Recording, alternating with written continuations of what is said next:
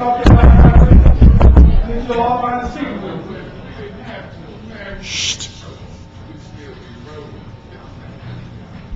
All right.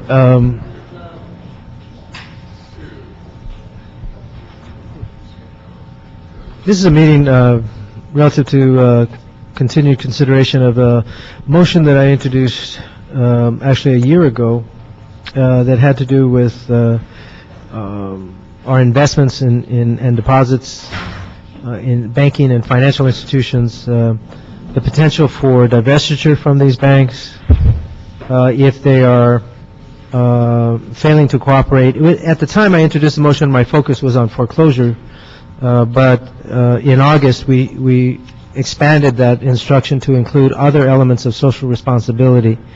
So not just issues whether banks had responded effectively on the foreclosure issue, but also whether or not they are good community partners in the notion of the Community Reinvestment Act. And frankly, I said that I would like to implement something in the city of Los Angeles that was akin to the Community Reinvestment Act that we designed. So we're here to consider that item. There's also another item that has to do with the establishment of banking development districts. Unfortunately, on that issue, the city attorney drafted an ordinance relative to the formation of a banking development district task force, but the instruction was to actually create an ordinance to establish a process for banking development districts. Not just a task force, but to establish banking development districts. So, since we don't have that ordinance, we are going to continue that matter for a couple of weeks and focus on item number 1, which is the item relative to financial institutions. And I think right now we're going to begin with the Chief Legislative Analyst, Staffer Roy Morales, to present on what is known as Council File 090234. Thank you, Mr. Chair. The motion that's on the file is in response to your motion with Councilman Garcetti seconded. The original proposal, as you mentioned, was a proposal to look at cooperation with the city's efforts to prevent foreclosures. At the Jobs Committee in September, the instructions were revised to broaden the proposal from the motion, and that's what this report reflects. This report, if I can walk you through it briefly, is really separated into 4 areas. The first area talks about creating reporting requirements for financial institutions. Currently, we learned from the experiences in the city of Philadelphia that in order to develop a good mechanism for keeping up on the efforts of banking districts, you needed accurate information to be reported. We currently did not have that codified in the city. What this proposal is, there's some language that we have recommended that is, once again, patterned after the city of Philadelphia, to have the banking entities that have a financial relationship with the city to provide that information to the city on an annual basis. That, in and of itself, is a significant step towards creating programs that are consistent with your motion. The details in terms of what we would like them to report, as you note, are on page 4 of the report. It requires their reporting of their efforts regarding small business loans, home mortgages, home improvement loans, community development investments, which are the bread and butter loans. But in addition, the key component in response to your original motion is reporting on home mortgage loan modifications. And we need to know that information in order to determine the level of effort. The second portion of the report deals with what to do with the information. When the financial institutions submit that information to the city, our city treasurer will have the opportunity to review that. And as the city treasurer with the fiduciary responsibility for the city's banking services, will have the authority to restrict or terminate financial relationships with entities that do not do the reporting as required by the new law. Thirdly, the information that banks and financial institutions, we recommended supplemental instructions to be consistent with your efforts on creating banking districts, which is item number C. Currently in the city of Philadelphia, banks that are proposing to close any branches need to notify the city of Philadelphia that they're going to do so. That is a good complement to the reporting requirements for the original motion, and it is a good complement to the effort to create banking districts. So we recommend inclusion of that in the draft ordinance.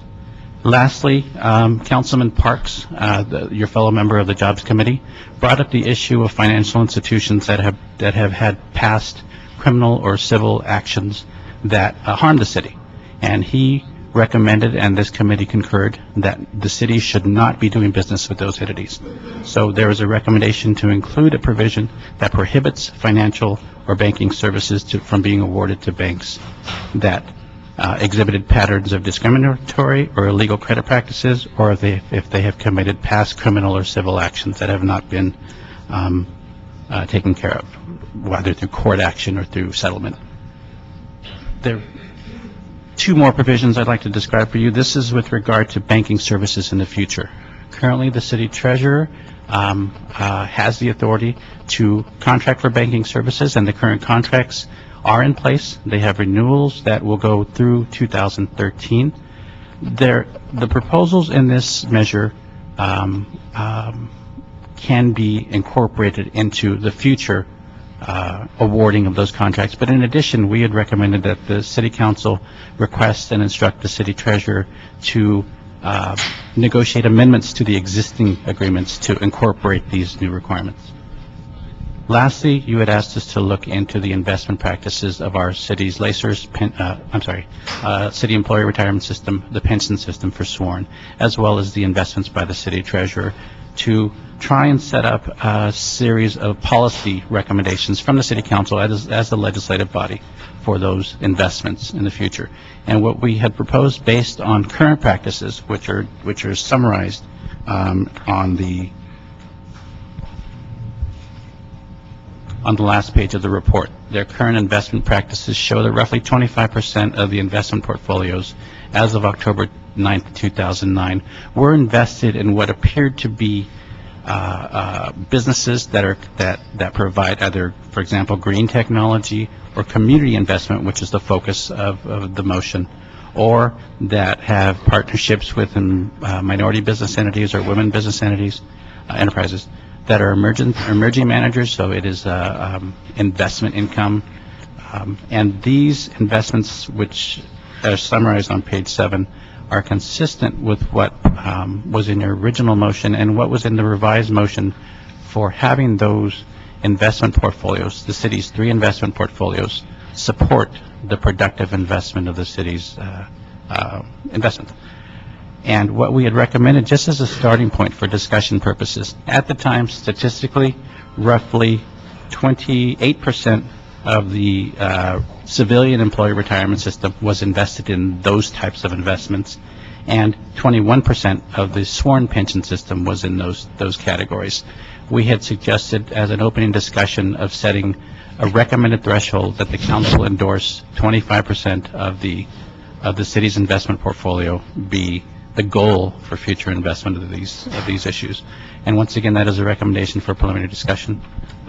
And that is all I have.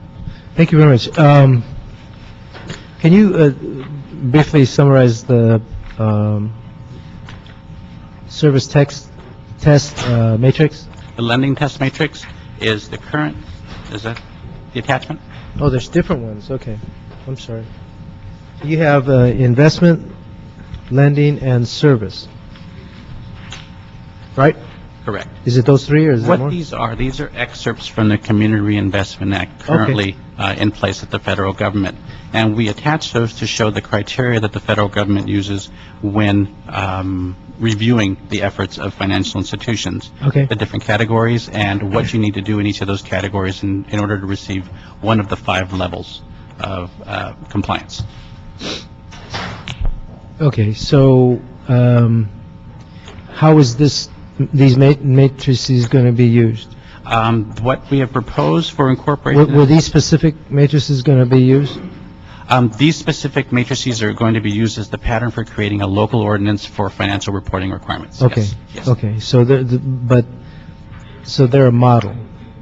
They are, yes. Okay. Okay. Roy, thank you. Very good job. Don't leave. Don't leave. Now, you focused the report on loans and lending activity. There were no, you did not, did you take a look at access issues? In terms of community access to financial services, Right, so the number of location of branches, ATM machines, loan production offices, and other service delivery systems? we did not, because we do not have that information other than digging down into the current Community Reinvestment Act reporting. Instead, what we had proposed is requiring that type of reporting from now into the future for all financial institutions that the city has a relationship with. So, for example, So those issues will be reported? yes, Where are they going to be reported? there will be reported. Will it be in the same assessment the treasurer is instructed to make? Yes, it's, what we are recommending is that an ordinance be drafted to incorporate that information into an annual reporting requirement to the city treasurer. Okay, and the services? The services as well, as I mentioned on page 4, if I can describe some of the services that we're recommending be incorporated into the ordinance. So this is for all banks and financial institutions. We would like them to report information on small business loans, home But mortgage. again, those are relative to loans. Right. And if you continue, there's also loan modifications below. Oh, where's loan modifications? It is actually halfway through paragraph A. Reporting on home mortgage loans shall include summary information on the number and amount of loan modifications approved to Okay. prevent mortgage foreclosure. Okay, great. Let's see.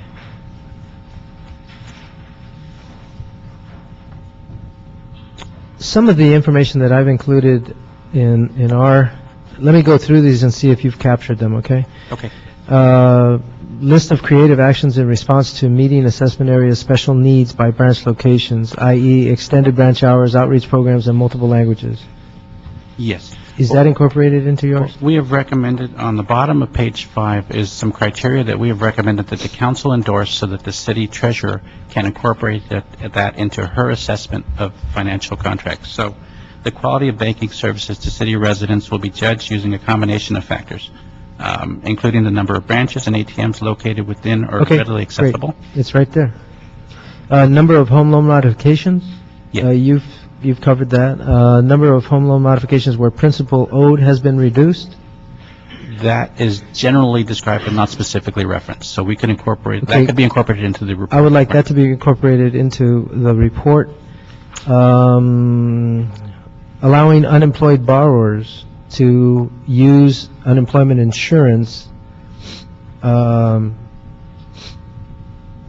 assist in their loan qualifications. That is not in there, sir. Okay, I would like to incorporate that. A lot of banks are not recognizing unemployment, dollars that are received through unemployment benefits. And we put a time frame of 6 months on that, recognizing that if somebody's unemployed for 6 months, there may be a point where they do not have any benefits coming in. And we recognize the banks would have to take that into consideration. Allowing the extent to which they allow tenants to continue to rent property until it is sold. That is not incorporated in the criteria. I'm trying to think of how we would incorporate that in terms of that is more of a monitoring of the current housing market. We can include that as a reporting requirement, but I'm trying to think of how it would be used. Well, if they do it, it's good. If they don't do it, that's Okay, not it's good. the check. That's a Yeah, if they have a history of pushing people out even though the property's vacant, that would not be somebody I want to work with. So not necessarily the extent of their. Because what happens is they become the city's burden. We have a blighted home with empty, and then we have to deal typically with the people who are in transition, sometimes going homeless and causing us to expand our services. So that is not very cost effective to us. Okay. So I don't want to deal with banks that do that.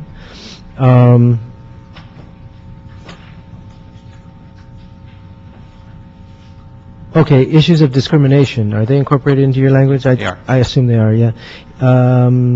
Obviously, we need to take into consideration criminal and civil violations. I believe that was in your language, right? Yes, it is, both the discriminatory Okay. provisions. I know it sounds funny, but there are a lot of criminal and civil violations that were made by banking institutions that we've invested in. And I think we need to consider that in our investments forward. And Councilman, if I can make a point on the discriminatory practices measure, we've actually tried to pattern it after what's currently in the Community Reinvestment Act. So we've Okay. tried to give the entire laundry list of what types of violations will be. Well, I'm not particularly keen on the Community Reinvestment Act. I think it's the concern I have is in the details. It's very general, and it doesn't solve a lot of problems. So as a federal law, it may be very good, but on the local level, I think we can do better and be a little more prescriptive about what we're demanding about those institutions that are taking our money. The extent to which they're complying with the TARP program, I'll read it specifically. The suggestion we had: institution complies with President Obama's plan for institutions receiving troubled asset relief program assistance in terms of limiting executive pay to $500,000 in cash annually while allowing additional compensation through company stock.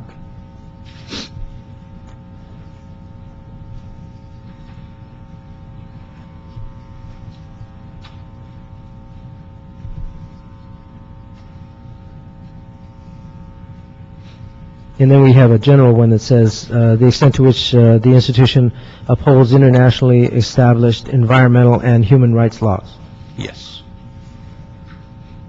That is incorporated in there as well. The TARP provisions are not, but we will explicitly include that. Okay, we have the list here. Okay. But let me say thank you. I think you did a great job on this, and I think it actually captures what I wanted, except for the details and expanding it to the social responsibility concepts. It certainly captures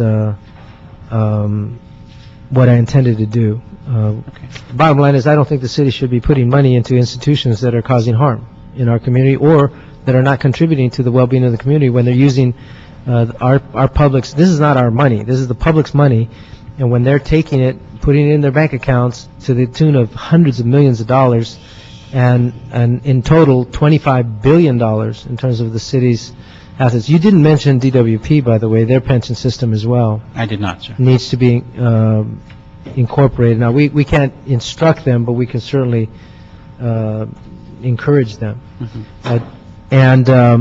But the total package is about $25 billion. Here, in terms of you said 25% of the benefit was going to, or 25% of the investment was going to things that are consistent with our policies and local investments, such as green technology, which is good, but the total is almost $5.4 billion, which means if that's 25%, there's another $15 billion, $16 billion out there that is not being invested in the local economy as much as these investments are. That is correct. So that could have a tremendous impact. We know that the treasurer has a fiduciary responsibility, but I believe that's a general responsibility that should take into consideration the general and broad social impacts, not just the specific transaction. Because on a transaction-by-transaction basis, they're always going to fall on the side of making the most money. But we need our treasurer to be much more global in their reasoning and take into consideration those things that have a broad impact. So, for example, in New Mexico, when they voted as a state legislature unanimously to divest from national banking institutions and focus only on community banks in New Mexico, they specifically did it because they recognized that the dollars that they were putting in there would recycle in the local economy one more time. And just by doing that, there was a greater benefit than the immediate increase in interest that they might get from going to the larger institution. So it's penny wise and pound foolish. The transaction is penny wise, but the social impact on the entire jurisdiction, in the case of New Mexico, was going to benefit by investing in local banks and keeping the money in New Mexico for longer periods of time. So in our case, I want the same concept. I want our banks to take our $25 billion and do a better job of keeping it in L.A. so that it recycles in our economy several times.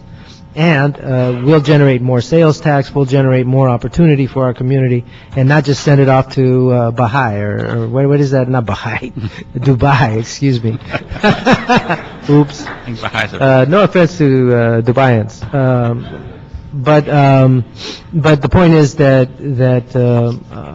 we want, given the enormous and egregious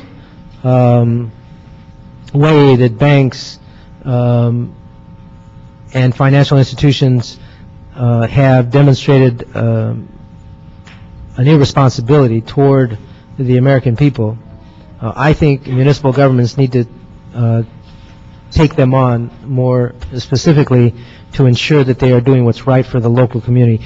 I agree with President Obama, who said, the way I see it, having recovered with the help of the American government and American taxpayers, our banks now have a greater obligation to the goal of a wider recovery, a more sustainable system, and a more broadly shared prosperity. I agree wholeheartedly with that. So with that, do we have other scheduled speakers? Or okay, we have these. We have a number of speaker cards, so I'm going to go right to them. And I don't know which ones. Do you know which ones were first? Sort of in stacks.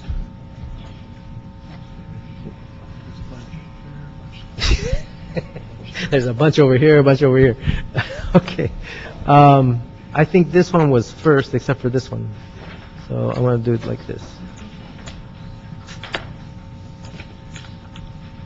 Okay, we have Jesse Torres from Pan American Bank.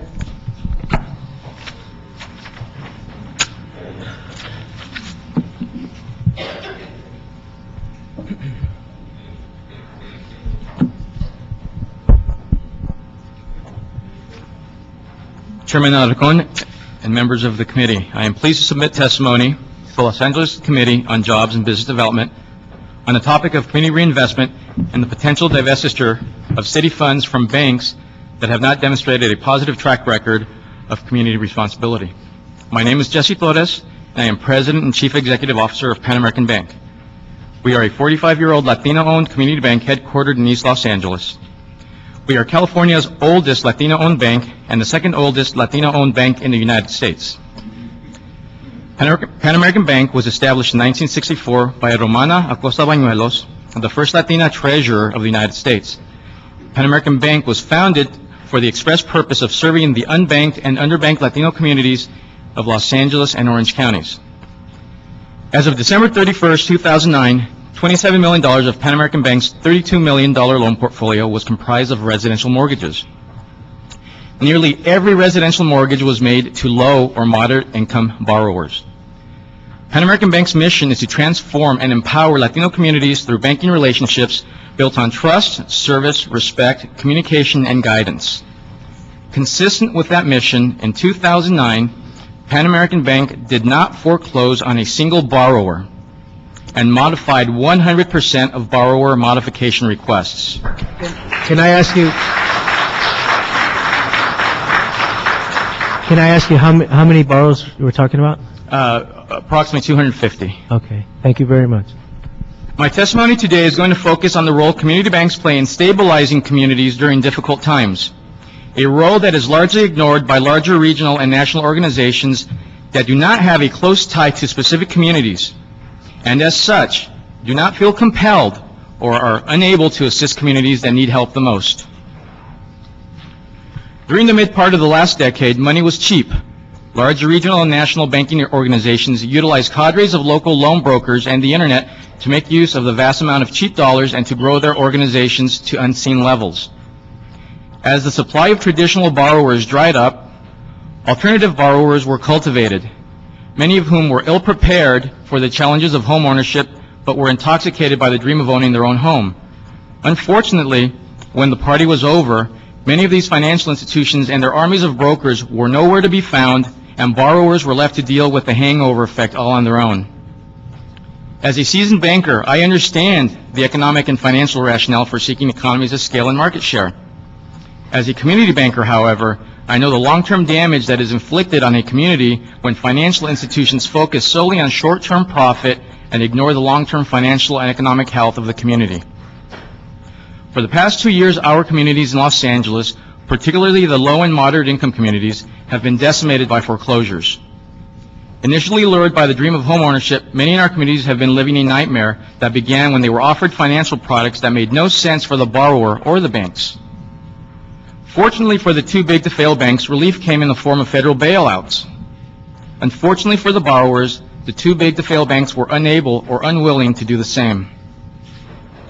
I understand that too big to fail organizations maintain highly complex financial arrangements with mortgage investors and other parties that may make modifications difficult. However, based on these organizations' influence, their history of financial innovation, and inventory of immensely talented human capital, as well as the modest cost of mortgage modifications relative to the high cost of foreclosures, I do not understand the hesitation to provide relief, particularly in light of the billions of dollars of public bailout funds that these large, too-big-to-fail firms have received. Pan American Bank is only a $40 million community bank and has very limited human and financial resources when compared to the too-big-to-fail banks. However, Pan American Bank has a perfect record when it comes to mortgage modification requests. Most of us can agree that the economic downturn is temporary and that jobs will return and income will increase in the future. Pan American Bank believes strongly that its 45-year existence is directly tied to the community's support of the bank. As such, now is the time for bankers to return the favor by treating customers with dignity and respect and finding ways to assist customers in need. Unlike too-big-to-fail banks, community banks are vested in local communities they serve. Community banks survive and thrive only if the local community thrives. Community banks such as Pan American Bank owe their success to the community. Without local community support, community banks would cease to exist. As such, community banks are the first to assist the community and the last to say no.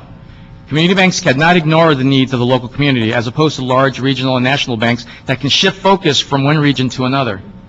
Community banks are woven into the fabric of the local community. Through good times and bad, community banks serve the needs and are the first to do what can be done to stabilize and improve local communities. City councils are vested in the communities they govern. Cities thrive only if their communities thrive. As such, city councils and community banks share common goals and serve common constituents. Large regional, national, and multinational banks with headquarters outside of the community have no vested interest in the local community other than to generate income and export deposits to the most financially attractive region. Given the mission of city councils, consideration must be given to how to best deploy deposits to enhance the standard of living of the residents served. Based on the similarities between city councils and community banks, city councils must include local community banks when determining how to allocate public funds. City council and community bank survival is dependent upon successfully meeting the needs of the community served. This is not the case for large regional and national banks that are able to change geographic focus based upon factors such as return on investment. As such, social responsibility is an inherent characteristic of community banks, a characteristic that may or may not exist within large regional and national too large to fail banks. If there is one lesson that should be taken away from this troubled economic period, it is the effect that banks can have on stabilizing communities during severe economic downturns. Over the course of the past 2 years, entire neighborhoods have been evicted by banks unwilling to make the effort to provide relief. The result is a further collapse of neighborhoods and the financial and psychological ruin of families whose dreams were quickly turned into nightmares. City councils must consider the record of all financial institutions holding public funds. City councils must divest such funds from institutions with poor or superficial community reinvestment performance. City councils should use the power of their deposits to reward those institutions that act in a manner consistent with the council's social responsibility objectives and that address the most urgent community needs. Cities will benefit by rewarding banks that take social responsibility seriously. While certain large regional and national banks may provide benefit to certain areas within their footprint, the community bank model is specifically tailored to meeting the needs of the local community served and to provide financial and economic stability to the community. As such, community banks must be rewarded for their effort and non-compliant banks must be penalized for their lack of support. Within the banking industry, deposits provide a powerful incentive for compliance. A policy that rewards socially responsible banks will create substantive benefit for the city and its constituents. Thank you.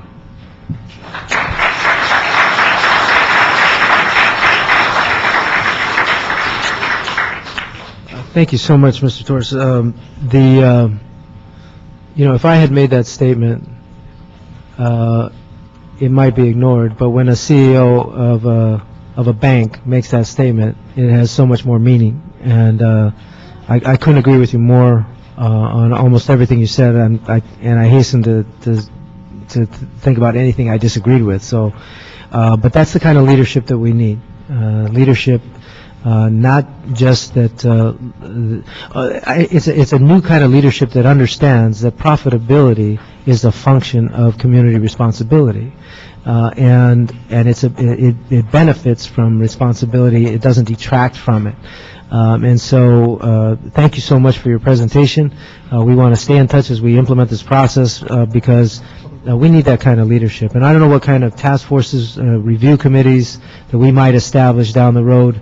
But I definitely want you keeping an eye on this as it progresses. So thank you so much for your testimony. Thank you,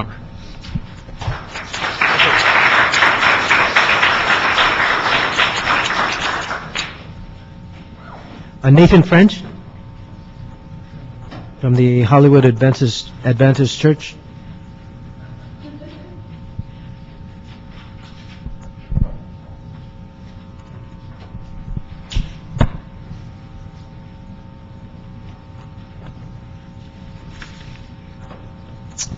Good afternoon. My name is Nathan French. I'm a member and I also work for the Hollywood Seventh-day Adventist Church. We're located on 1711 North Van Ness Avenue, and I work there as the Peace and Justice Coordinator. Our congregation is made up of artists, architects, immigrants, the elderly, people that are mentally ill, homeless, teachers, poets, storytellers, and healthcare professionals. We are proud to be associated with and a member of LA Voice. LA Voice is a federation of 24 churches and synagogues sweeping across our city of Los Angeles. LA Voice is an affiliate of the PICO National Network.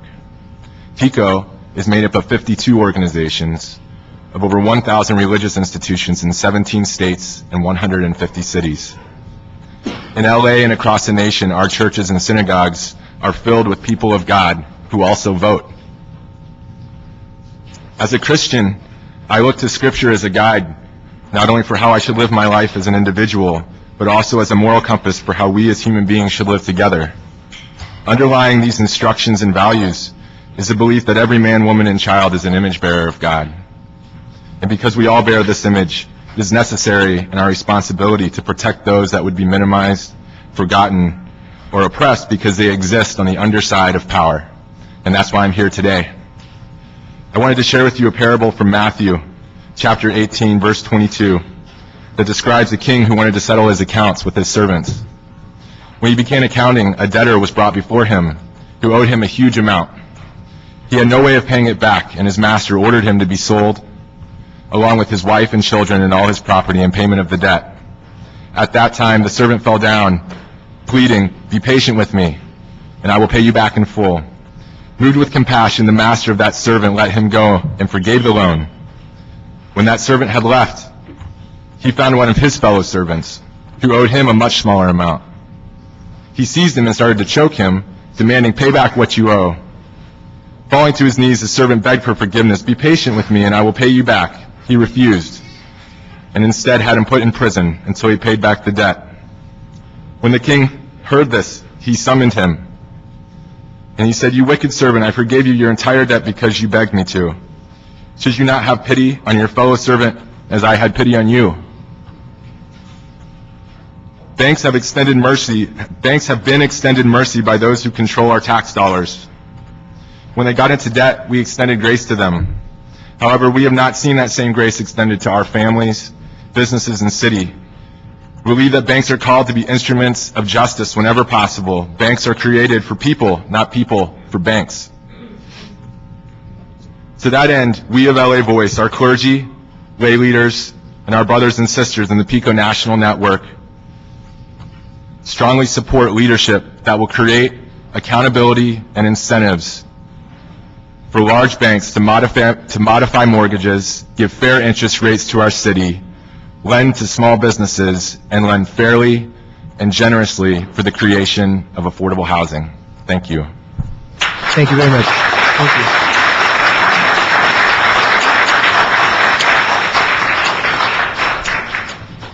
Dennis Santiago, Institutional Risk Analytics.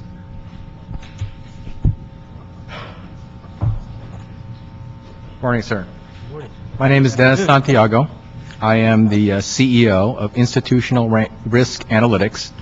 I own a company based in Southern California that is a bank rating agency that measures the safety and soundness of every U.S. bank in the country.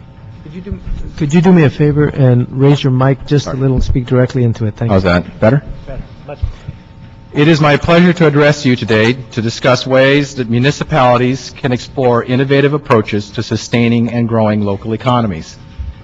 It's been almost 20 years since the last time I looked at the economic infrastructure of this city.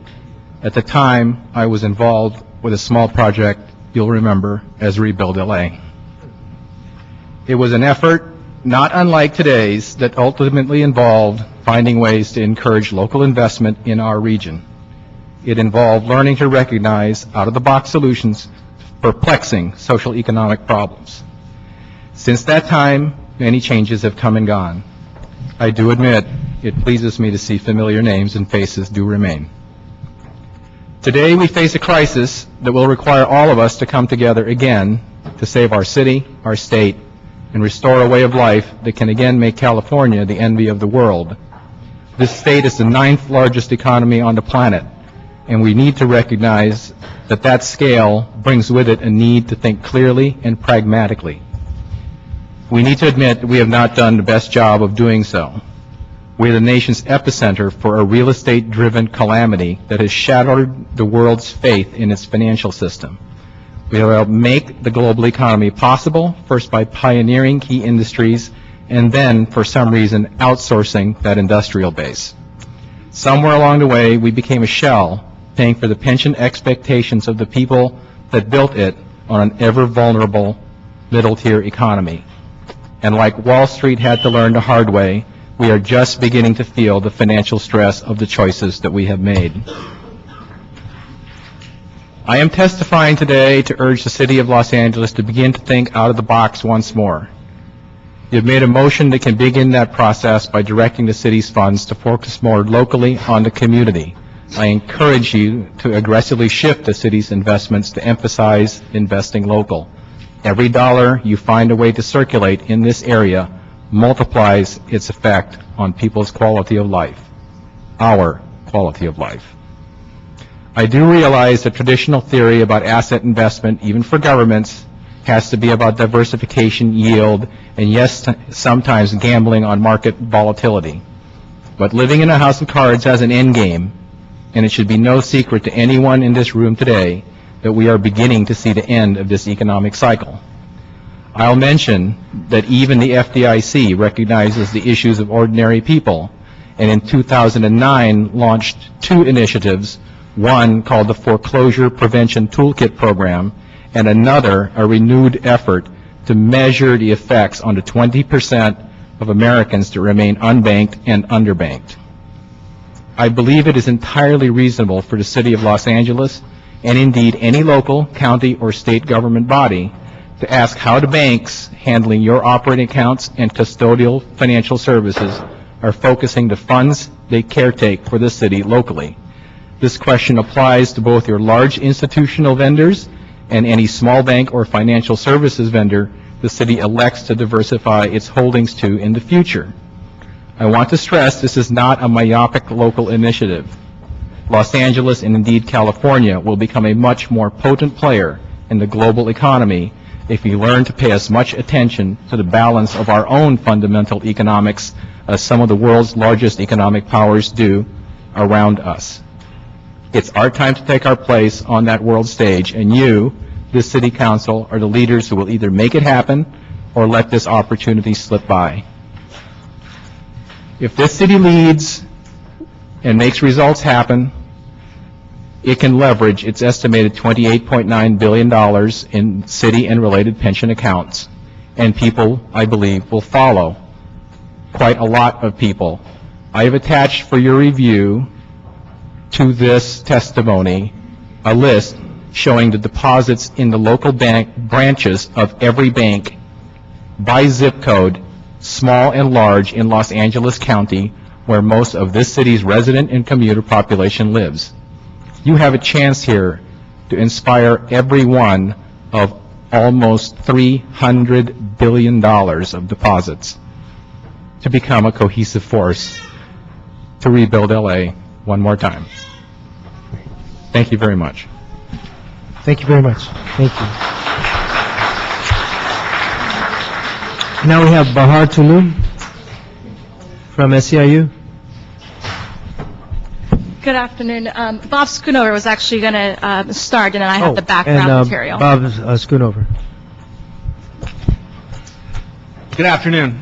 Bob Schoonover, President, SEIU Local 721. You know,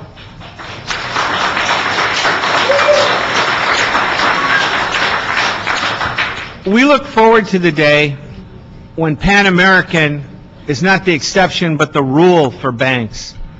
We all know what caused this economic disaster we're still trying to recover from in 2008. It was policies and practices of mostly the big banks in this country. Now, our government was not obligated to bail these banks out, and the taxpayers were not obligated to pay for this bailout. But it was the right thing to do, and we did it. And it did help to stabilize the economy. However, stabilizing the economy is only part of the answer. We need an economic recovery, and the only thing that has recovered so far are the big banks. They are having record profits right now, and things are going swell for them, big bonuses and all. What we need the banks to do, we need them to do their part. We need them to help in economic recovery. We need them to stop home foreclosures and provide permanent modifications for all homeowners. Bank foreclosures are hurting families and directly increasing deficits that are forcing cuts. Renegotiate or cancel current interest rate swaps to save millions and protect services from being cut. These interest rate swaps were sold to cities as a way to save money. They have cost us money. They're costing us $10 million a year. To get out of them, there's a $29 million penalty. We need to provide cities and local government with the same low-interest loans banks receive from the federal government to prevent cuts to critical public services. And above all, restore lending to small businesses to jumpstart job creation. We cannot possibly have economic recovery with an unemployment rate that nationally is close to 10, and in this state somewhere between 12 to 14, and that does not count the people that have quit looking for work. Thank you.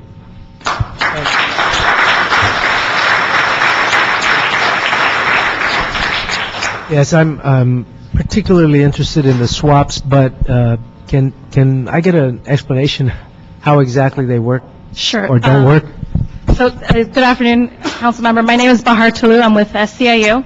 I'm here to talk about interest rate swaps and how Wall Street banks are squeezing LA for millions on toxic deals costing taxpayers $10 million a year. The banks have sold the City of LA risky financial deals called interest rate swaps, promising they would reduce the cost of borrowing, but the opposite has happened. These deals have gone bad for the city while the banks are profiting off the taxpayers. Banks are taking a huge bite out of the city when everyone's working hard to find ways to save neighborhood services. We are calling on these deals to be renegotiated or canceled to save the city up to $10 million annually. Here's what happened. The city issues bonds to finance public improvement projects such as storm drain repairs or to build police and fire stations. The city issued some of these bonds at a variable rate. In this case, a bond for the wastewater system was issued in 2006 to fund improvements to the sewer system. Because the bonds had a floating rate, this variable rate, banks sold the city swaps, promising it would protect against interest rate increases. In a swap transaction, the city pays the banks a fixed rate, and in exchange, the banks pay the city a variable rate. At the time of the deal, the city was paying 3.3% and receiving 4 to 5% from the banks. But in the wake of the financial collapse, the Fed was forced to take a drastic step to save the banks by cutting interest rates to below 1%.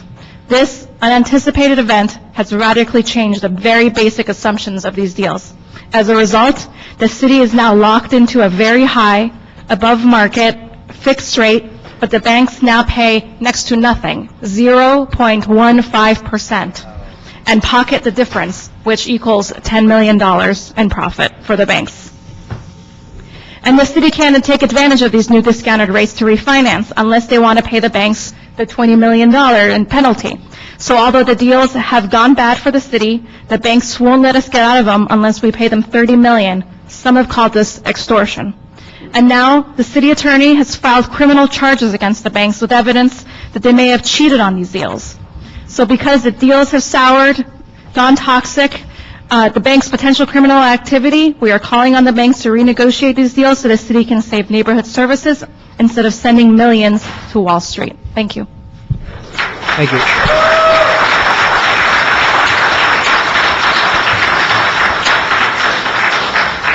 Before continuing with the public comment, can I ask the treasurer to step forward and explain what's going on with the swaps?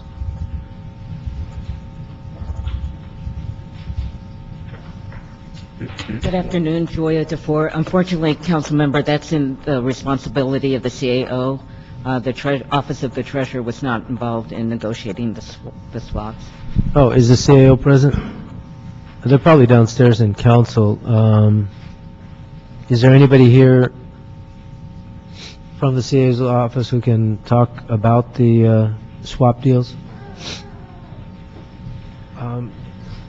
Sergeant, can we see if we can get somebody from the CAO on this? Can we call down and see if we can get somebody from the CAO? Thank you.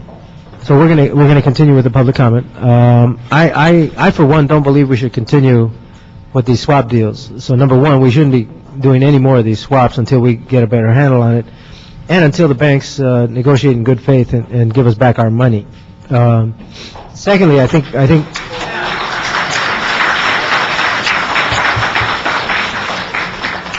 Secondly, I don't know why we're putting any money in these banks that just ripped us off. It doesn't make any sense to me. So one of the things, what I'd like to do is number one,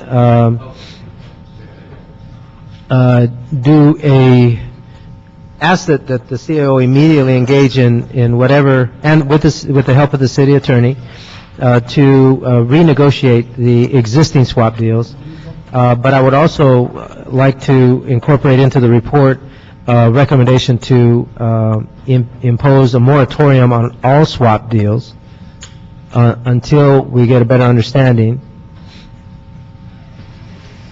and further that we take steps to move money from these institutions immediately.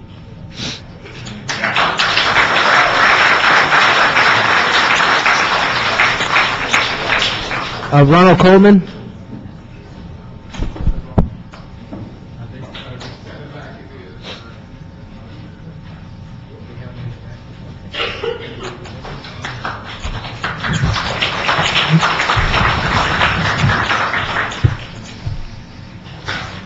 Good afternoon.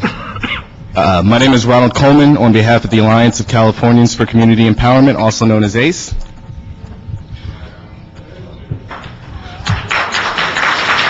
So, we're here in support of the measure being taken up today. Both state and federal governments have enacted policies to increase foreclosure prevention efforts that have mostly gone ignored. At the state level, we've had SB 1137, which sought to bring banks to the table and get them to discuss mitigation efforts with borrowers. We've also had the California Foreclosure Prevention Act, which attempted to use the threat of a 90-day moratorium to push banks to modify loans. Lastly, at the federal level, we've seen HAMP, where less than 1/10 of eligible borrowers are actually getting modifications. So even with all of these new regulations, it is darn near impossible for Angelenos to get a long-term, sustainable modification that keeps them in their home. We are pleased to see that the city is considering adopting a policy like this in order to push the banks to do what they already claim they are doing. Banks took billions of our federal dollars from the bailout and now continue to prey on our taxpayers by profiting off of these toxic deals. We have got to make them more responsible, and the city has got to make them accountable.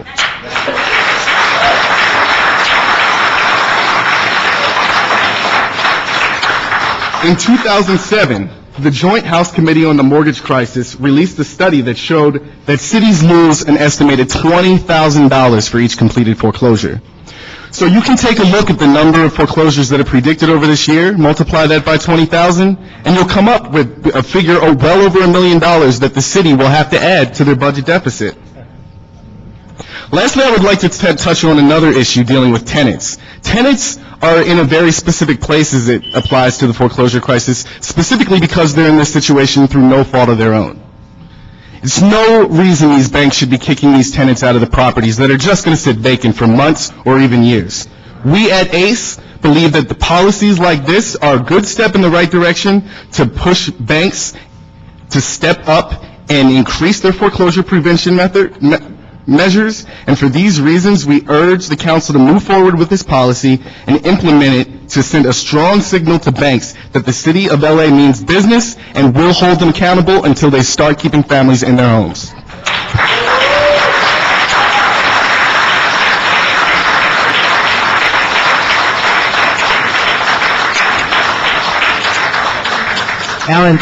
Alan Fisher. Well, Alan's here. I want to point out that Councilmember Parks is on this committee, but he's, I'm sure, finishing up city council. But Councilmember Parks has the highest number of rental foreclosures in the city, and combined rental and single-family attached homebuyer foreclosures. My district has the highest number of foreclosures of single-family homebuyers. So combined, we are very sensitive to the foreclosure crisis, and I expect him to be here any minute. Mr. Fisher.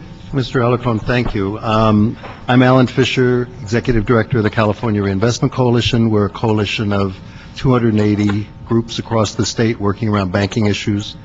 And I'm pleased to be here, and I recognize your past efforts around the issues of poverty and banking. I really want to follow these other eloquent speakers and just add some things that maybe I've given my testimony in, but add some things that underline why it's so important. According to Realty Track, there were almost 4,000 notices of foreclosure in California last month. In the whole year, last year, there were just a little over 2,000 permanent modifications in Los Angeles. So the permanent modifications are not happening for people. We've just finished a report, which I brought a copy of, and just to pull a few things out of it, in Los Angeles, in areas where 80% or more of the residents were people of color, this is only 2/3 of the housing units in the city, but had 90% of the foreclosures. When looking at these individual lenders, Bank of America, Citigroup, and Wells Fargo were the lenders most likely to deny loans from communities of color as compared to loans from white neighborhoods. We also looked to see what happened in 2008 compared to 2006, and there were dramatic decreases. In Los Angeles, there were almost 18,000 loans in communities of color in 2006. In 2008, there were less than 5,000. So people are not getting access to credit. And that's a huge problem for homeowners, for tenants, for small businesses, in terms of building affordable housing as well. And the situation with tenants is difficult to assess, but the estimates run from that 1/3 of the evictions to 40% of the evictions are tenants, people who may have paid their rent 2 days before and are thrown out and don't end up with their deposits. I just want to mention the importance of nonprofit affordable housing and small business. Banks are not lending to them. Bank of America is doing 20% of the small business lending in LA that in 2008 that it did in 2006. It's a dramatic drop. women-owned businesses, minority-owned businesses are getting hit the hardest. So I really salute the city for doing this. I know about 10 years ago, when U.S. Bank first came into the L.A. area, the city council stood up, and as a result, U.S. Bank has opened a number of branches in low-income areas. So I know you've got the authority to do this, and I look forward to seeing it implemented. Thank you. Thank you. Antonio Pisano from Pacoima Development Federal Credit Union.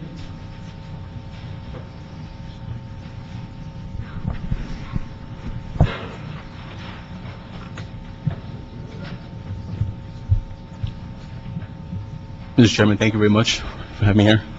Antonio Pisano, Manager of Pacoima Development Federal Credit Union. I'm here on behalf of my boss, Roberto Barragan, who's also President and CEO of the Pacoima Development Federal Credit Union, as well as the Valley Economic Development Center. Antonio, can I ask you to speak directly into the mic? Thank you. Thank you. You have a very low voice. One of our main goals and objectives as a community chartered credit union is to take local dollars and reinvest them back into the community, just like any other of our counterparts, especially in the city of LA. Unfortunately, we have not played a major role in the foreclosure crisis for the fact that we are still a pretty small credit union. Regardless, however, we are still in full support of this bill because we feel it's important that banks, whether it's large banks, community banks, or even credit unions, be held more accountable for reinvesting back into their local communities. As a small community development financial institution, we feel it's our obligation to take local dollars and reinvest them back into the community. While we don't have a mortgage product yet, we are in a community, we're actually in the Councilman's District, where we find that, we have many people. I open up the doors at about 9 o'clock in the morning, and I see, the local 3 check cashers on the street from me, with a line outside the door. So one of our main objectives is to really be an alternative to a check casher, be an alternative to that predatory lender, whether it's a consumer loan, a auto loan, or a mortgage loan. We're there to be an alternative for that type of community. We are in full support of this bill. One of our main objectives, as somebody mentioned previous to me, is we see a lot of banks, credit unions, community banks, who may have issues or may have some challenges in lending to small businesses. As a small credit union, one of the things we do focus on is small business lending by way of an SBA 7A loan product. And we feel that with that product, we can not only loan to small and medium-sized businesses, but then again, create wealth in these low-income communities. By providing loans to small businesses, we create more employment. By creating more employment, we get less and less people, in line at the unemployment office. Thank you very much. Does your federal credit union have any investments in Dubai? None whatsoever. No. Does it have any investments in Switzerland? No, none whatsoever. What percentage of your investments are in the city of Los Angeles? 100%. 100%.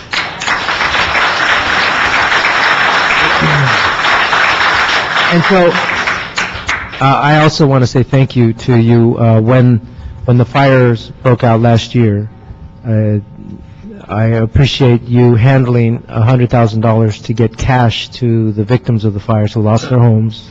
Some 500 families lost their homes. It was this organization that handled the cash at some expense because they don't have $100,000 lying around. They have to hire like special security to come in and help us. But they moved that money so that the people would get just $200 just to get them day by day to get their basic food, diapers, and whatever else they needed in that emergency. So I just wanted to say thank you. That's what a community bank does. Thank you very much.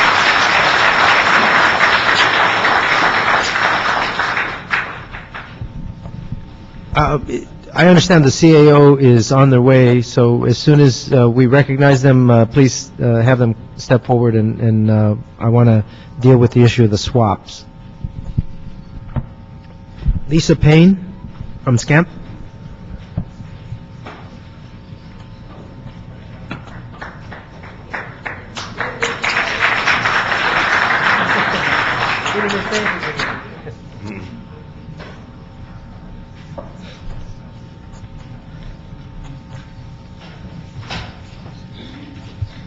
Good afternoon. My name is Lisa Payne. I'm the Policy Director for the Southern California Association of Nonprofit Housing. Our core members are nonprofit community development corporations, or CDCs. They build rental homes affordable to families making about $45,000 or less. Given that nearly 50% of the jobs in Los Angeles pay $25,000 or less annually, and that the average rent in LA requires an annual income of at least $60,000 to afford, there is a great need for more affordable homes in the city. But our CDCs do more than provide affordable homes to the communities where they build. Usually there are after-school and other services and programs on site open to the entire community, not just to the building's residents. They are also sources of good prevailing wage construction jobs, typically with a local hire obligation and commitment as well. So to build these developments, our developers require both an investment from public sources, and LA has done a lot to invest in affordable housing, but we also need investment from conventional lenders. And so we are very excited to see that the city is considering incentivizing the investment in affordable homes in this city. So we applaud that effort. Thank you very much.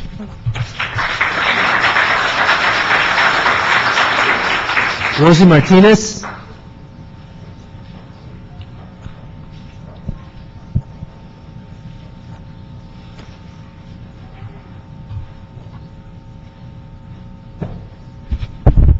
Good afternoon. My name is Rosie Martinez. I am an SCIU 721 Executive Board member and also a public health nurse. Within our union for the last 2 years, we have been working with members and the community on foreclosures. We have assisted over 500 families, of which half of them have been, we've been able to modify their existing foreclosure loans. The city of Los Angeles is facing a budget deficit that could lead to major cuts in our parks. We at 721, SCIU 721, are concerned, very concerned. Instead of slashing parks and neighborhood services, it's time to talk about what really caused this crisis and how we can fix it. I'm concerned that on the streets of Los Angeles, half the homes are empty due to foreclosures. Hundreds of thousands of Angelenos from Pacoima, Pasadena, I work out in Lancaster and Palmdale, that have lost their homes because of the foreclosure collapse. Wall Street CEO has crashed the economy. All of us, taxpayers, community workers, have all suffered as a result of that, have taken the brunt of that. And those Wall Street predators, if I may be so bold as to say that, took trillions in taxpayer-funded bailouts that have caused this toxic financial crisis. Foreclosures have continued to rise despite protection for homeowners. Bank-owned properties destroy neighborhoods. You've seen them. They're boarded up. There's crime. It has devastated our tax base. Yet banks have done nothing to stop the rise in these foreclosures. They've done some, but not enough. Many families are being thrown out in the street. It is horrible and devastating to see that happen. As a nurse, I am so concerned. Instead of laying off thousands of workers, slashing park programs, neighborhood services, we have a solution. And our solution is to stop all foreclosures and provide permanent modification for homeowners. And as was mentioned previously about the rate swaps, renegotiate or cancel those.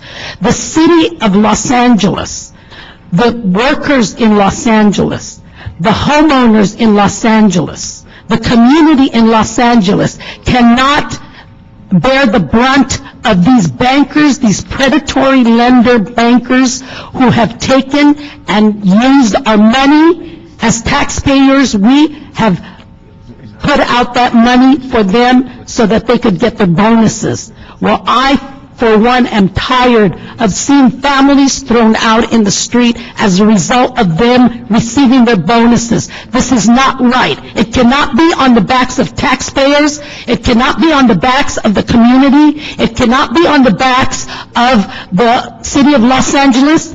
Bankers have to do their part. Banks have to do their part.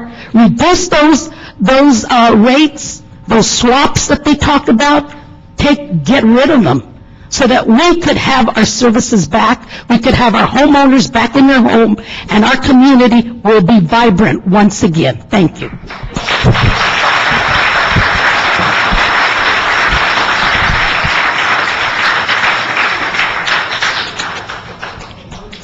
You know what? I cannot read this name. I believe it's M.A. something Hernandez. Is there from Pico?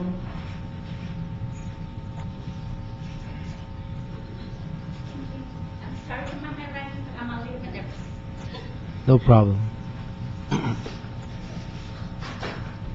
Good afternoon. My name is Marta Hernandez. No. I'm a leader for Oakland Community Organization, affiliated of PICO National. I live far away by East Oakland. I come to representing 100 people from my local church, San Luis Beltran, who are angry and frustrated because they are being treated fairly by the banks. I hold my mortgage a bit temporary modification. That's take me like more than 6 months. Hard to work with them. And I don't have any permanent modification. I still don't have anyone in the bank to work with regularly modifications. They're very happy to introduce me in the mortgage, but they don't want to help me and they don't want to help my people to keep me. They keep us in home. We negotiate with Bank America and another banks, but they don't like interest. We're interested in doing anything different they are doing now. More than 300 families from my parish show up in the meetings and representatives for various banks. And the bank, one of those banks never appears, Bank America. Let me say a few facts, and let me tell you what it's like to live in a neighborhood fairly well vacant foreclosure properties. In the end in 2009, we are over 2,300 banks owner foreclosures in East Oakland. Have sit vacancy for less 6 months. My neighborhood is the hard hit in Oakland with over 800 foreclosure homes. Let me tell you what it is like to raise families next to vacant houses. We live daily fears of arson, fires, crime, prostitution, vandalism, and I don't think those owners for the banks that live in one of those places like us. We ask the banks to move their properties to the land and put in the communities to work. We can vacant foreclosures property back to us and the other owners, speculators, absentees, or landlords. I'll let it state the obligation was the investors. Thank you. Thank you very much, Martha. We are now joined by a representative of the CAO's office, and there was some testimony just now with regard to the swap deals, and they said that you knew everything about these things that anybody would ever want to know. And I know Mr. Parks introduced a motion to take a hard look at these.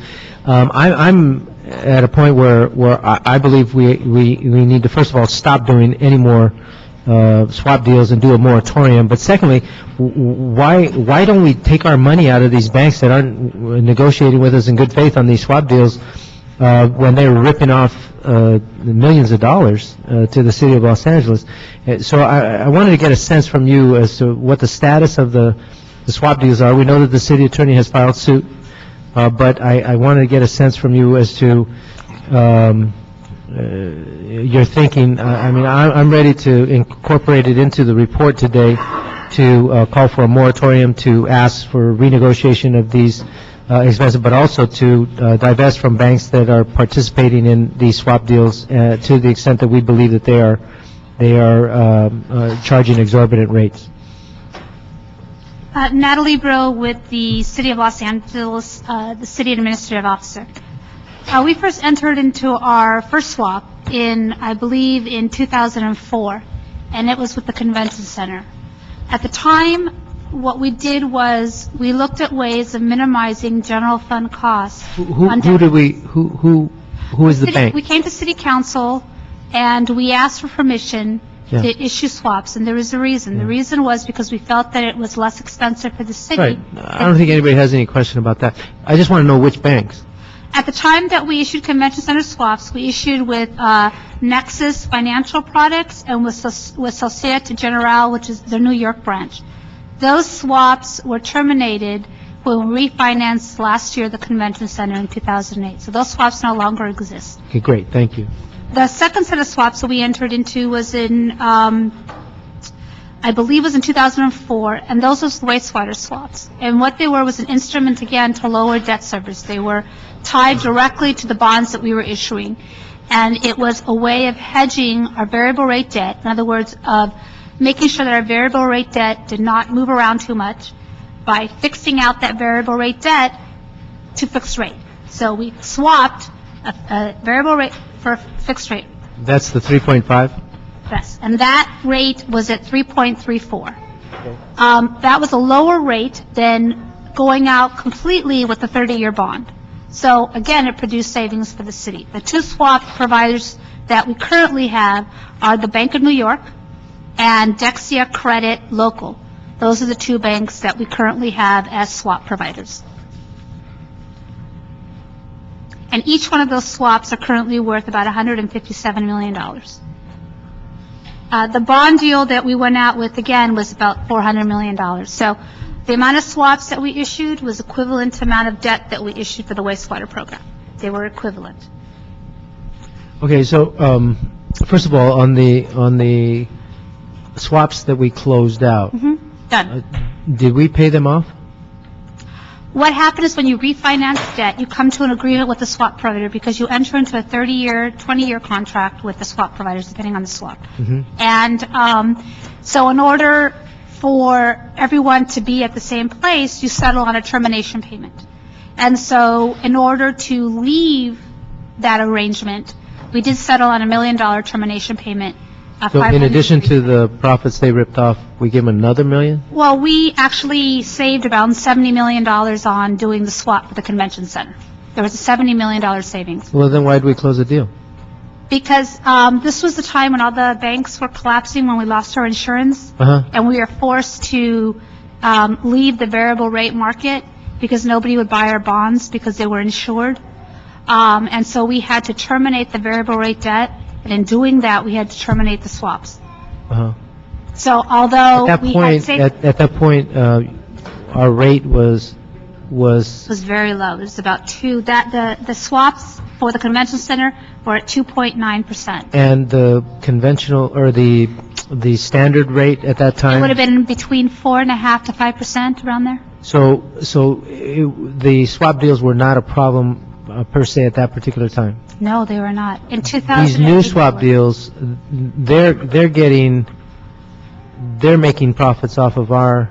Currently they are, because variable rate debt, as you know, is very low right now because there's no confidence in the economy. And we didn't incorporate into these agreements any kind of consideration for...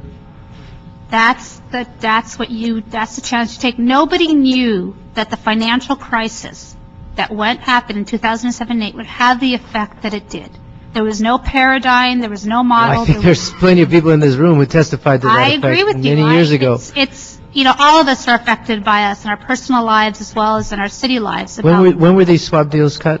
These were done in 2000, and I believe that convention was 2003. This one was 2004.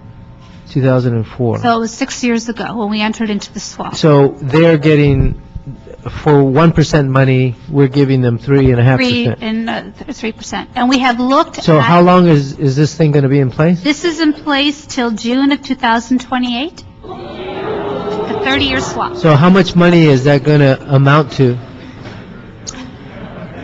It's the debt service. Yeah.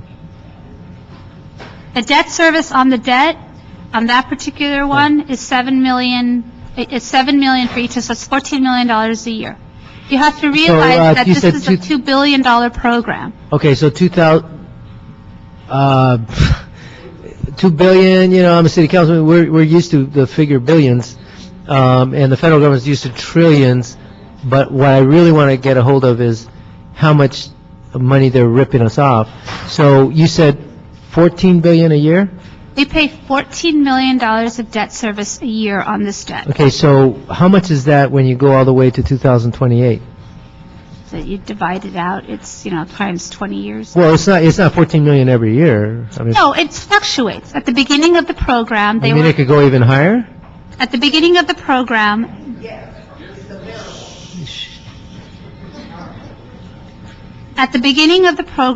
from 2004 to 2008, the city was being paid the fee. The city received almost $3 million a year from the swap provider. So for the first 4 years, we received money from the swap provider because the interest rates were reversed. For the last 4 years, that has creeped up. It started at, obviously, being less, and it creeped up. Okay, now where does the city attorney's position in suing? This is a contract between two entities to swap your interest rate. It's Right. legal under the government code. It's legal under the city attorney signed the opinion, bond counsel signed the opinion. This was all legally done. At the What are time we that- suing about? Okay, you're talking about the lawsuit. Yeah, All right. I brought those paperwork with me, and the lawsuit is not, is to get the evidence? the lawsuit has to do with derivatives in the investment portion of the city's finances, not necessarily in the swaps here. Okay. As well as the second lawsuit, I believe, is against the bond insurance companies, the ones that caused us to refinance anyway in 2008. So those are the two lawsuits that are currently going on with the Okay. city attorney's office. Natalie, would you explain to us what derivatives are? A derivative is something that you invest in that isn't necessarily secured by a bond, it's secured by something else. For example, the mortgage securities were derivatives because they were secured by the mortgages. The swap is a form of a derivative because you're swapping, it's a contractual financial transaction where you're swapping one interest rate for another. The way that the city policy reads is, we would never just sign a contract to swap interest rates. The way that we use swaps is we use it to lower the cost of the city of issuing debt. And that's what we did with Convention Center and with the wastewater. So we don't necessarily swap derivatives. We actually look at what we're doing with the bonds and look at a lower way of issuing debt. MIPLA CP is an example of that. The reason you want commercial paper is because it's a lower interest rate. But can't we get a better interest rate than 3.5? Yeah. So why aren't we trying to do that? We are looking at mechanisms to leave the swap, but because it is a 20-year guarantee, just like a bond is, Mhm. there are certain conditions to terminate that Penalties. agreement. Penalties. It's a penalty. So these banks want to charge us penalties for not following through on the, Correct. Just like a Terms of the bondholder agreement. would. Just like a bondholder would. okay, but if we could get an interest rate of 2%, like we did on the other one, wouldn't we fare better in the next 18 years? You could, and we've looked at that. We're looking through the numbers to see if there's a swap out there that's less. We're looking at mechanism to actually terminate the swap, to swap the swap with someone else for a lower rate. We're looking at all that, but the market right now is not cooperating. I mean, the market right now is volatile, it's in turmoil. The city is not even issuing, variable rate debt right now. You know if we have other investments with these same banks? I do not know that. I do not know if the treasurer invests with these banks or not. But, okay, so if I'm trying to think how this works. If I buy a car from somebody and You swap that car with someone else, and your Yeah. car depreciates faster than theirs does. So now you thought you were swapping evenly, Yeah. and your car is now worth less than their car. That's the analogy. For the first But 5 I wouldn't go years- back to that dealer again. You're right. So, It's not the dealer, it's the what, index. so do we have any policies to block these banks from working with us again? No, Why not? we don't. Why not? That's your call. Okay, I make that call. I'm gonna now you said, what were the names of these institutions? The first one that I told you the name of was, here it is, the Bank of New York Mellon, Mm, Mellon. and Dexia Credit. okay. The Bank of New York provides a variety of services. One of them, they provide not only swaps, but they also provide letters of credit. So if you block them from, we yeah. will not be able to issue variable rate debt. The theory would be that where we believe they're taking egregious profits, that they should renegotiate these terms, even though we recognize that the impact of the economic crisis was such that nobody could have predicted it, and so therefore the original contract was not a reasonable negotiated device. Therefore, we should be able to, because they will not renegotiate those contracts, it seems to me that we should exclude them from our portfolio going forward. And I think that's a reasonable conclusion. Yeah. Let me ask Natalie, how many banks can participate in the kind of volume that we're dealing with? When we went out to bid for the wastewater, we negotiated with 12 different banks. 8 banks bid. It was a competitive bid process. They bid, and we took the lowest price. And those 2 banks were the bank, because we don't believe in just going with one bank, we like to spread our acres around. We chose 2 banks. We recommended 2 banks, the mayor and council, to choose because we felt that would give the city the best coverage. And so we split it up into 2 swaps. And we basically, those 2 were the lowest bidders. Okay. And so out of the 8 that actually bid, 2 were chosen. Okay. Let me just go back a little bit because kind of refresh my memory. When we have the variable debt and we go out because we see the variable debt going up, we go out and we swap and we try to get a fixed rate, Correct. which gives us stability for a longer period of time. Correct. And then the fact is that we're gambling, just as we did with the variable, that Correct. we're always going to be on the right side. So once we get the fixed rate, then if interest rates go down, it could go below what our fixed rate is. They pay us. Okay, but the other side of it is, if we'd have stayed on the variable number, the variable could have gone well beyond what we're willing to pay and beyond what is currently the current market. Correct. So we made the corrective behavior to bring it back in line, but we knew for 20 years we'd be on a stable interest rate.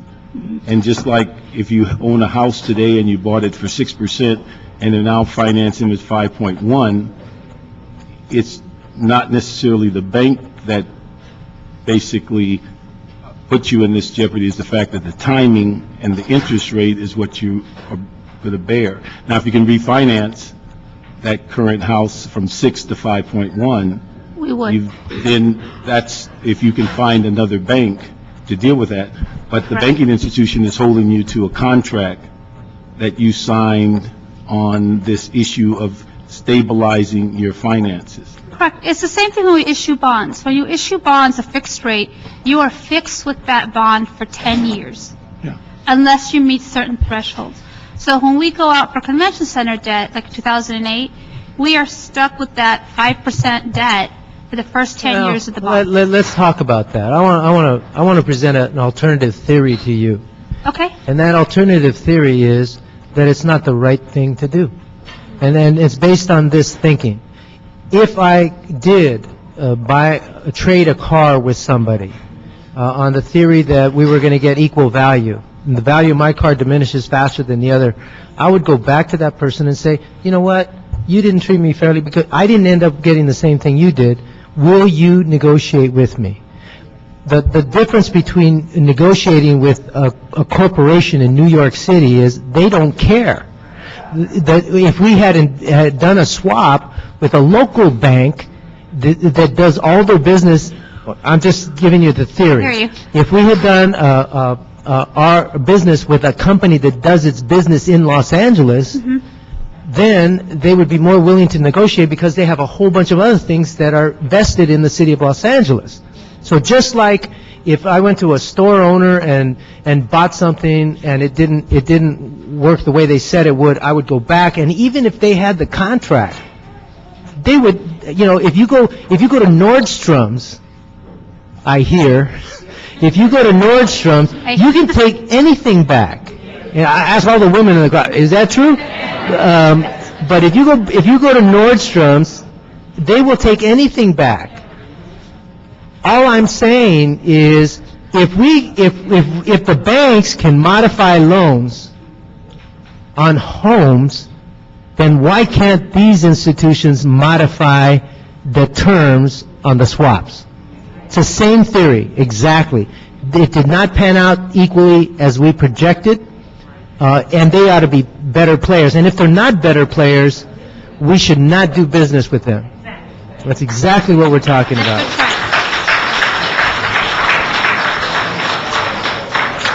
And that's your So, choice. and I'm not, I mean, you're the analyst, you do the work, and it was a great deal at the time. It was. It's a bad deal now, and nobody could have predicted this economy, but that's not the point. The point is, if these are good players, they ought to renegotiate with us. And we will. But if they're not renegotiating, then our treasurer should not invest in that company again. We just exclude them. And then when they do the rating, they get an F, whatever the rating is, that means bad. So anyway, that was the point. So with that, I do. Now, what about? Are we doing any more of these deals? Swaps? No. No. But are we ever going to do them again, or? Again, it depends on the market. Right Okay. now, we say no, because the market, I don't think we'll be doing swaps for the next, 5, 8, 10 years, because the market just isn't there. Then what I want to put into the record, and it's consistent with the item before us because we're talking about financial responsibility or social responsibility with regard to financial institutions. So in addition to all the other actions we are taking today, I want to incorporate into this report a statement that